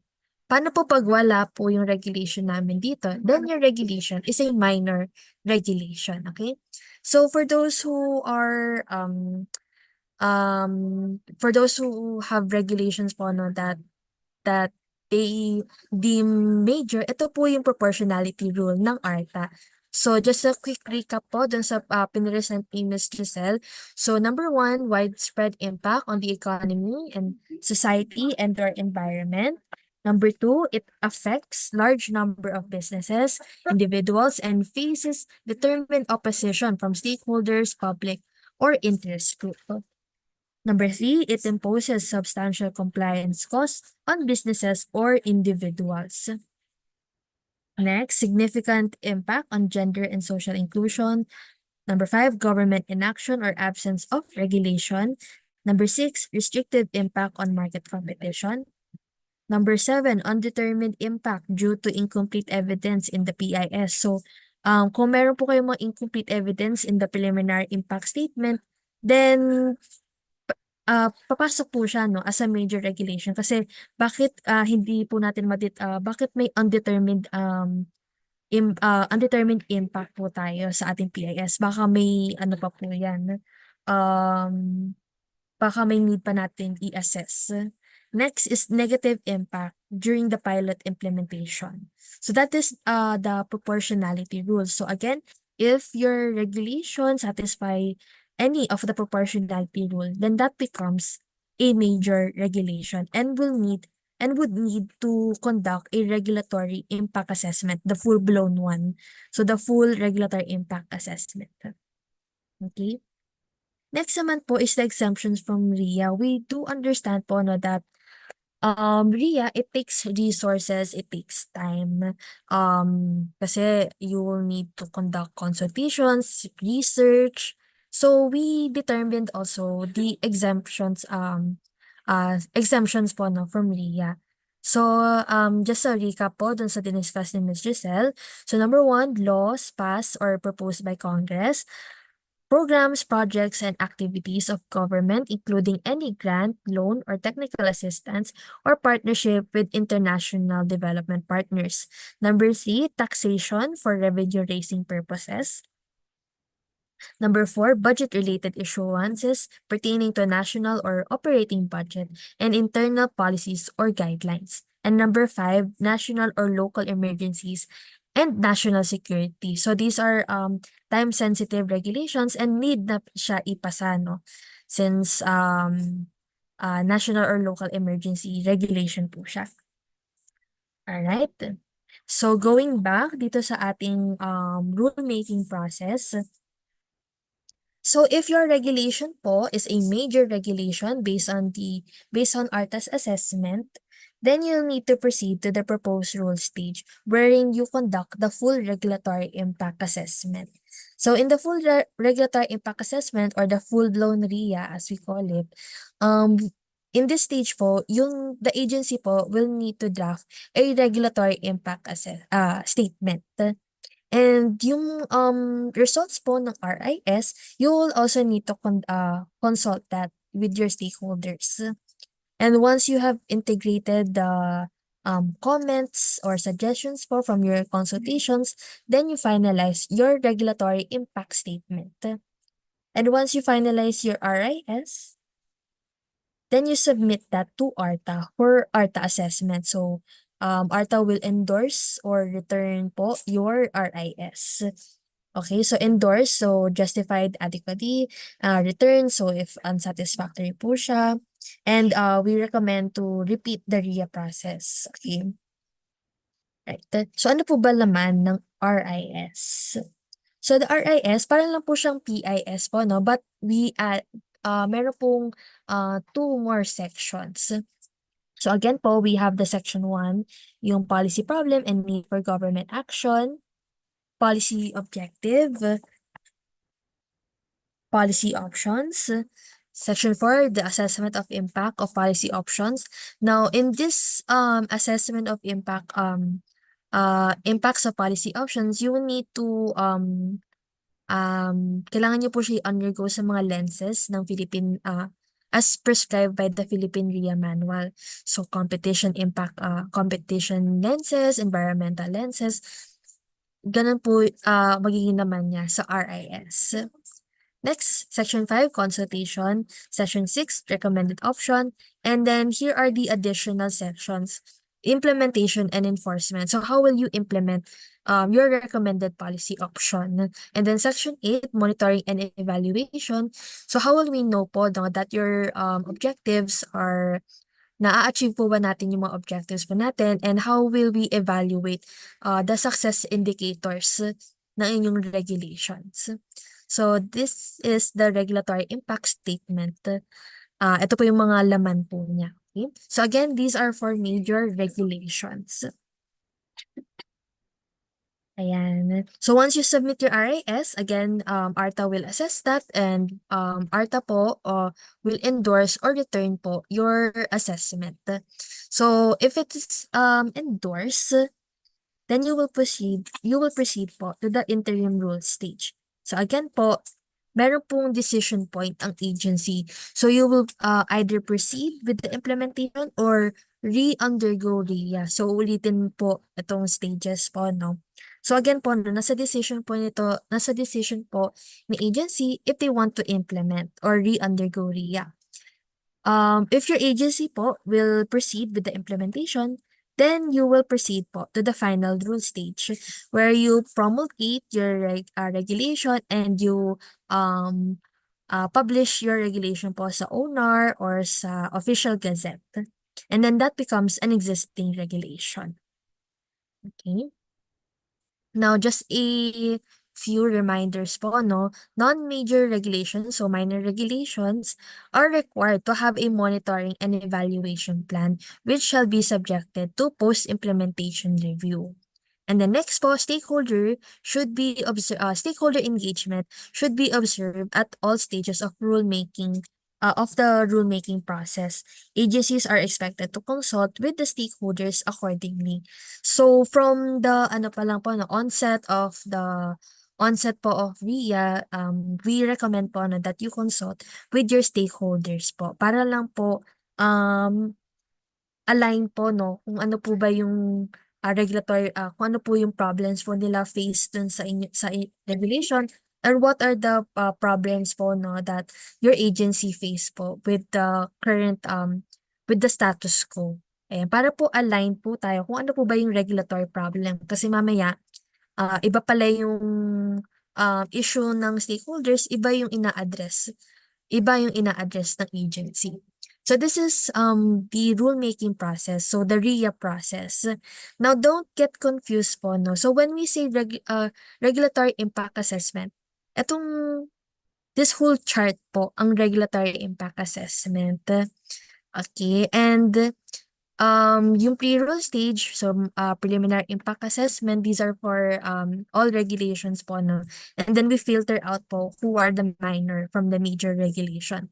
And again, just recap po, no, major regulations po, ito po yung nag-satisfy sa proportionality rule, and you need to proceed po to the proposed rule stage where you conduct a full-blown RIA. Okay, so kung minor po kayo, and nakapag-assess na po si ARTA sa inyong PIS, meron po kayong agency action or decision point. Okay, so pag minor regulation, you don't need to go hindi nyo na po kailangan pumunta dun sa proposed rule stage. Okay. Next naman po, yung sa mga exempted regulation or emergency regulation, then sa regulatory notification form, meron po dun section wherein you provide justification as to why your regulation is considered as an exempted regulation. Bali, meron na po dun mga guide questions as to why your regulation should be classified as exempted.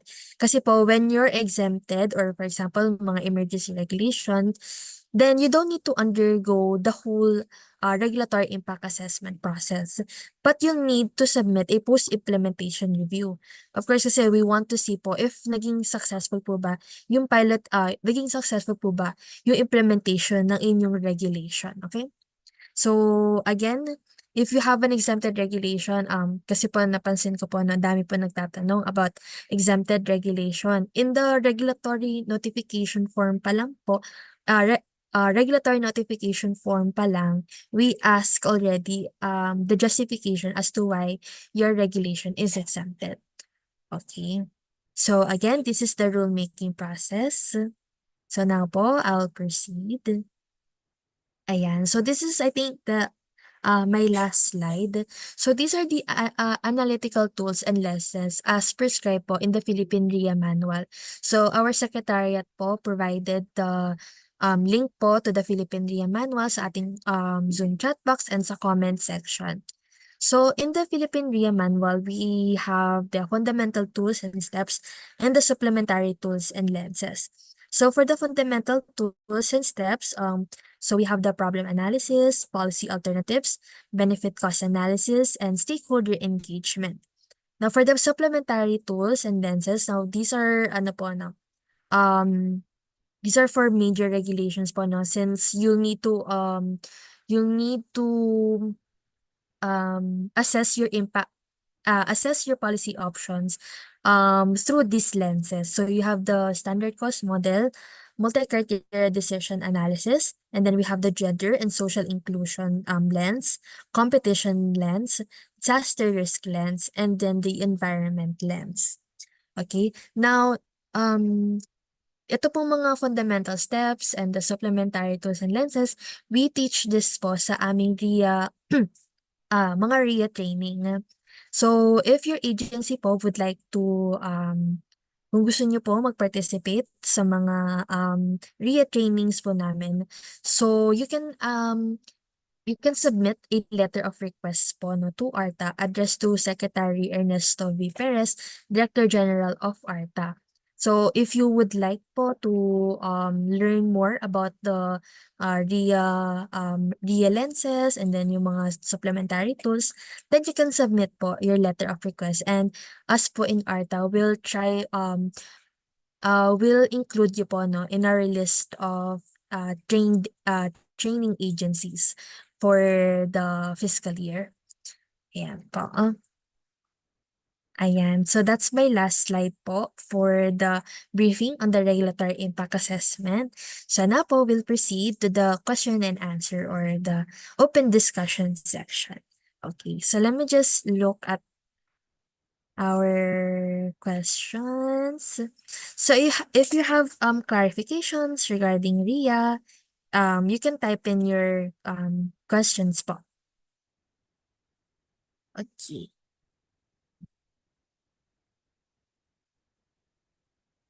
Okay. So, meron po mga nag-aano po, no? Nagtatanong, why is it important to conduct RIA? RIA po, no? RIA is a valuable tool for enhancing the regulatory process and ensuring that regulations are effective, efficient, and equitable. And then by systematically evaluating the impacts of the proposed regulations, your agency can better serve your clients, your constituents while achieving the policy goals. So that's what RIA wants to do po no for your agency. I know parang kasi po no pag narinig po lang RIA parang ay another compliance from ARTA. What we want to promote po no is that RIA po, it will help the decision making po sa inyong agency to have an evidence-based decision, yung pag-decide po no ng inyong mga regulation, it is backed up by evidence. So backed up po siya by yung benefit cost analysis, standard cost model, para po aligned, para po when you recommend a policy option, makita po natin ano po dun yung alin sa mga policy options niyo po has the greatest net social benefit. So the benefits outweigh the cost. Kasi po pag hindi po natin i-conduct yung RIA po no. So parang kung ano lang po yung wala po tayong spectrum of policy options and that's what RIA wants to show the agencies po. So, ayan, meron pong mga questions. So for those who are asking for a copy ng ng PowerPoint, Nrpms will share po the copies after this executive briefing. Ayan, how soon can we expect a response or reply from ARTA for a submitted PIS or RIS? Now, for the submitted preliminary impact statement, the process po no is 20 working days po no when we review your PIS and RIS. Now, this is subjected po no if your regulation po is kunyari yung kung yung regulation nyo po is wide impact, so that might entail more time po no to assess your PIS or RIS, but the standard po no is 20 working days po when upon the submission of the PIS or RIS. Ayan. And then meron pong question po kanina no of regarding the quasi-judicial and quasi-legislative functions. Kasi po no our division po, the Regulatory Management and Training Division, we train different agencies po no about RIA. And one of the agencies po that we encountered is a quasi-judicial agency, and they ano po na sa onset pa lang po ng training, they said na dapat hindi po kami pwede mag-RIA kasi dapat exempted kasi ayun nga po 'no, quasi-judicial po yung agency. But what we saw po 'no, during the, RIA training, kasi po their agency, sila po yung, nagpo-process po ng mga papeles, ganyan. And so, lahat po ng mga reklamo is directed towards, that agency po. So, sila po yung ano po, nakaka-receive ng mga negative client satisfaction feedback from their, clients. So, what they did in the RIA process is, they recommended mga for amendment dun sa mga regulations ng kanyang mother agency. Para po, para ma-realign po yung regulation from the mother agency. So what the quasi-judicial, agency did is they recommended, they submitted APIs to their mother agency for the mother agency's appropriate action. Kasi nga sila yung ano po 'no, sila yung front runners. Sila po yung humaharap sa mga tao. So sila yung nagkakaroon ng, negative, feedback from their clients. So what they did po is they provided recommendations sa kanilang mother agency. Ayan po. I think, Miss Giselle po 'no, will provide more, clarifications regarding the quasi-judicial, agencies po 'no. Ayan. Ayan, Yes Miss po. Giselle. So, going back po 'no, dun sa nag-clarify regarding the quasi-judicial and the quasi-legislative, agencies po. Naka-mute po kayo, Miss Giselle. Sorry. Okay. So, for the quasi-judicial agencies po, no, we do not issue po kasi a blanket exemption as to the requirement of RIA. So, with that po, as mentioned rin po by Miss Reg, the quasi-judicial services po, yun po yung not covered by RA 11032, but the administrative functions po of the agencies with quasi-judicial function and other administrative services po are covered po by RA 11032 and therefore covered rin po by the RIA requirement. So, if ever po that you have further recommendations, since the question po a while ago is on the how they can recommend po no on the exempted regulation, what the Better Regulations Office will do po is to post the draft guidelines po, amended guidelines on NPRMS sa aming ARTA's website, and then we will allow agencies po to provide their comments since in the mid-year po no, we have already issued a survey form wherein the agencies can provide comments, and as of now po close na po yung survey form, but other mechanisms po for agencies to provide their comments po is through that way po. So we will post the draft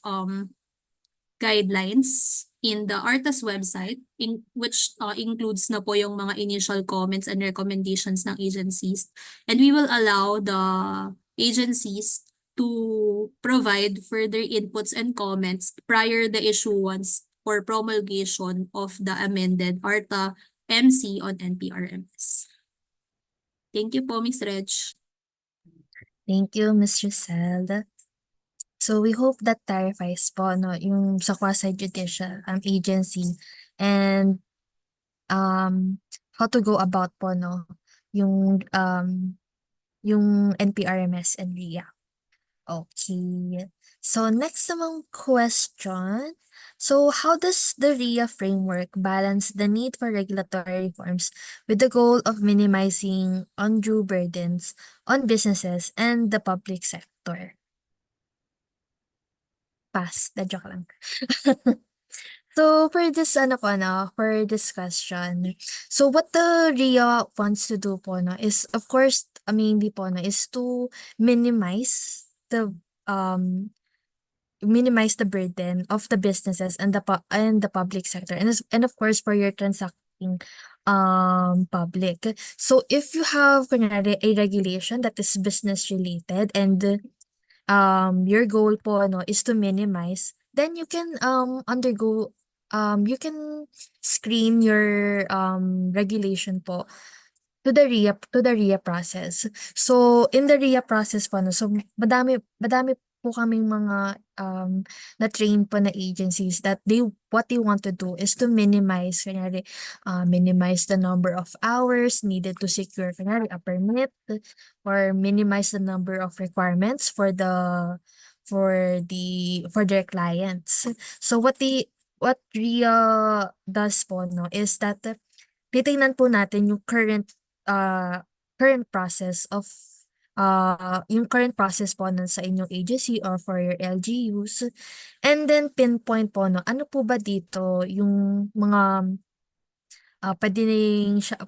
for example pwede natin tanggalin or redundant process, and then of course yung mga substantial compliance costs. So how much po ba yung hinihingi natin from the clients?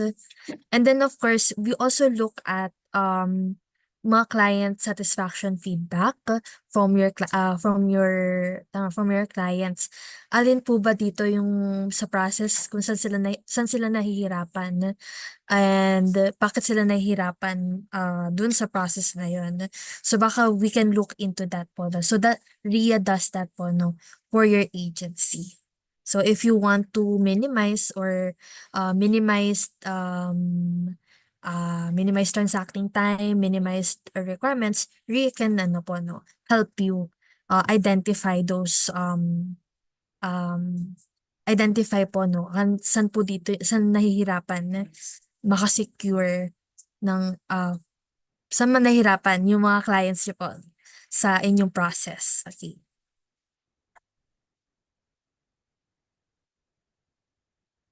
Okay. And then next, ayan, may nag-follow up from, may nag-follow up, we submitted an RNF and PIS on the proposed discontinuance of granting incentive fee last August 2024, and we haven't received feedback to this day. So to that agency po that asked that question, you can follow up po dun sa Better Regulations Office. So kung saan po kayo nag-send, kindly follow that up, and then if you have a transmittal letter addressed to Secretary Ernesto V. Perez, then you can send that as well po. Just so formalize po yung submission nyo po ng PIS. Okay. Para po ma-follow up po ma-follow up po yung PIS nyo po from the concerned Better Regulations Office. Okay. So let me check if meron pa pong questions, clarifications. Now, meron pong question. How can we improve our agency's service delivery to agrarian reform beneficiaries through NPRMS and RIA? Actually, that question po comes from the Department of Agrarian Reform. Actually, yung DAR po, nakapag-undergo po siya ng RIA training last year. So po sila nag-undergo ng RIA. I forgot lang po kung anong regulation po yung in-enroll po nila as a case study. Pero ayun po different sectors po they can undergo and the RIA process. So for example po in the agrarian reform, if you have for example regulations related to the that concerns kunyari mga farmers po, for example securing mga permits, then you can undergo you can check your regulations po and see po no sa lens po ng RIA if there are kunyari mga bottlenecks sa mga process, saan po ba nahihirapan yung mga beneficiaries niyo po sa inyong sa mga regulations niyo po. Ano po no, we also emphasize stakeholder engagement. So for example po, sa question po ng taga-DAR, maybe we can ask po no, your beneficiaries, what are the regulations or processes that are na saan po ba kayo nahihirapan sa mga regulations po ba namin? Of course, madami po diyan mag-pop up na mga concerns, and it's within the agency's discretion po no. Alin po dun sa mga concerns po that we will prioritize. And ano po dun yung parang i-prioritize po natin na ma-address agad. Okay. Ayan po. So that's why we in RIA po no, every step of the rulemaking process dapat po merong stakeholder engagement para po aligned kung ano po yung kung ano po yung mga concerns ng inyong stakeholders, ma-align din po sa objectives po ng inyong agencies. Ayan po. I forgot kung ano po yung regulation na ginamit po ng DAR dun sa training. Pero yun pa. They under, nag-RIA, ano po sila, no? Actually, it's the ano po, no? DAR Bureau of Land Tenure Improvement. Ayan. Sila po yung nag-undergo ng RIA training last year. Ayan. So, for those who are asking po, no, if pwede po ba kaming makasama sa RIA training, for this year po, no, wala na po kasi po we're closing our training calendar for 2024. But, if you want to be included in our list of, sa list po namin for 2025 training, then you can submit a letter of request addressed po to Secretary Ernesto V. Perez, Director General of ARTA. And when you submit po your letter of request, we will include you po no, to the list of 2025 agencies to be trained. Ayan, subject po for the approval of our senior management. Ayan. So, baka may mag-submit po ng training request for this year. Baka po mahirapan po tayo sa scheduling since we are closing our training calendar. But we will try our best po no, na by 2025 we can schedule a training with you or we can include you in one of our trainings. Ayan po. So yung mga tools, fundamental tools, we discussed that po in our trainings. Ayan. So if wala na pong questions regarding RIA, so last call po, baka po may questions. So for ano po no, yung sa nagtanong po regarding the quasi-judicial, if you could if you could chat sa akin po no, your email address so we can provide clarifications po no sa email niyo po. Baka po kasi may mga additional clarification. So kindly send me po no, your email address so we can address. Ayan. Thank you po, ma'am sir. Ayan.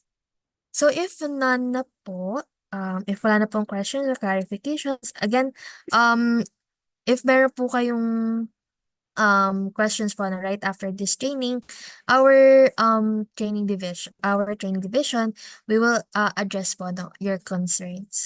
So yung email address po that sent yung ginamit po namin na email address, yung email invitation po namin, dun po kayo mag-send po ng email inquiries. Ayan po. So that's rmtd@arta.gov.ph. Okay. So if wala na pong questions, thank you so much po for actively participating po in our general executive briefing.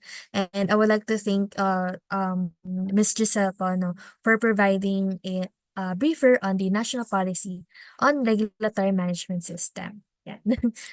Okay, so now for the closing remarks. Our closing remarks po, she is the director po of the Better Regulations Office. The closing remarks po shall be delivered by Director Marbida L. Marbida of Anti-Red Tape Authority. Good day, everyone. I would like to thank all the participants for attending the executive briefing on National Policy on Regulatory Management System, or NPRMS, and Regulatory Impact Assessment, or RIA, via Zoom, and those who are watching via ARTA's Facebook live stream. Your presence and enthusiasm to be apprised about the salient points of NPRMS and RIA shows your commitment to promote good regulatory practice in your agency and in the country. The Anti-Red Tape Authority truly appreciates the time and effort each one of you invested to attend this meeting and recognize the importance of NPRMS and RIA in formulating efficient and effective regulations that does not give undue regulatory burden to your stakeholders and the transacting public. We encourage each one of you to share your insights on regulatory management system within your respective agencies. By doing so, we can collectively contribute to building more effective, transparent, and responsive regulations that will serve in the best interest of the public and our nation. Let us work together by promoting bureaucratic efficiency and achieving President Ferdinand Marcos Jr.'s socio-economic agenda. Once again, we appreciate your participation in today's briefing. Your commitment to promote good regulatory practices is instrumental towards smarter initiatives and a global Philippines. Thank you. And thank you so much, Director Marbida. She's the director po of the Better Regulations Office. So let's give her a virtual round of applause. Ayan. So thank you once again po no, for actively participating in our general executive briefing. Now, before we let you go po, we have a few announcements po. Before we end po our general EP.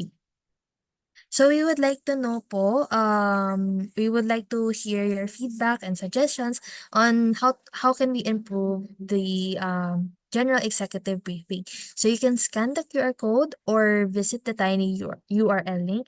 So the Secretariat team sent the CSM tiny URL sa ating Zoom chat box. And for those who are watching live po, we will also send the CSM link sa comment section. Okay?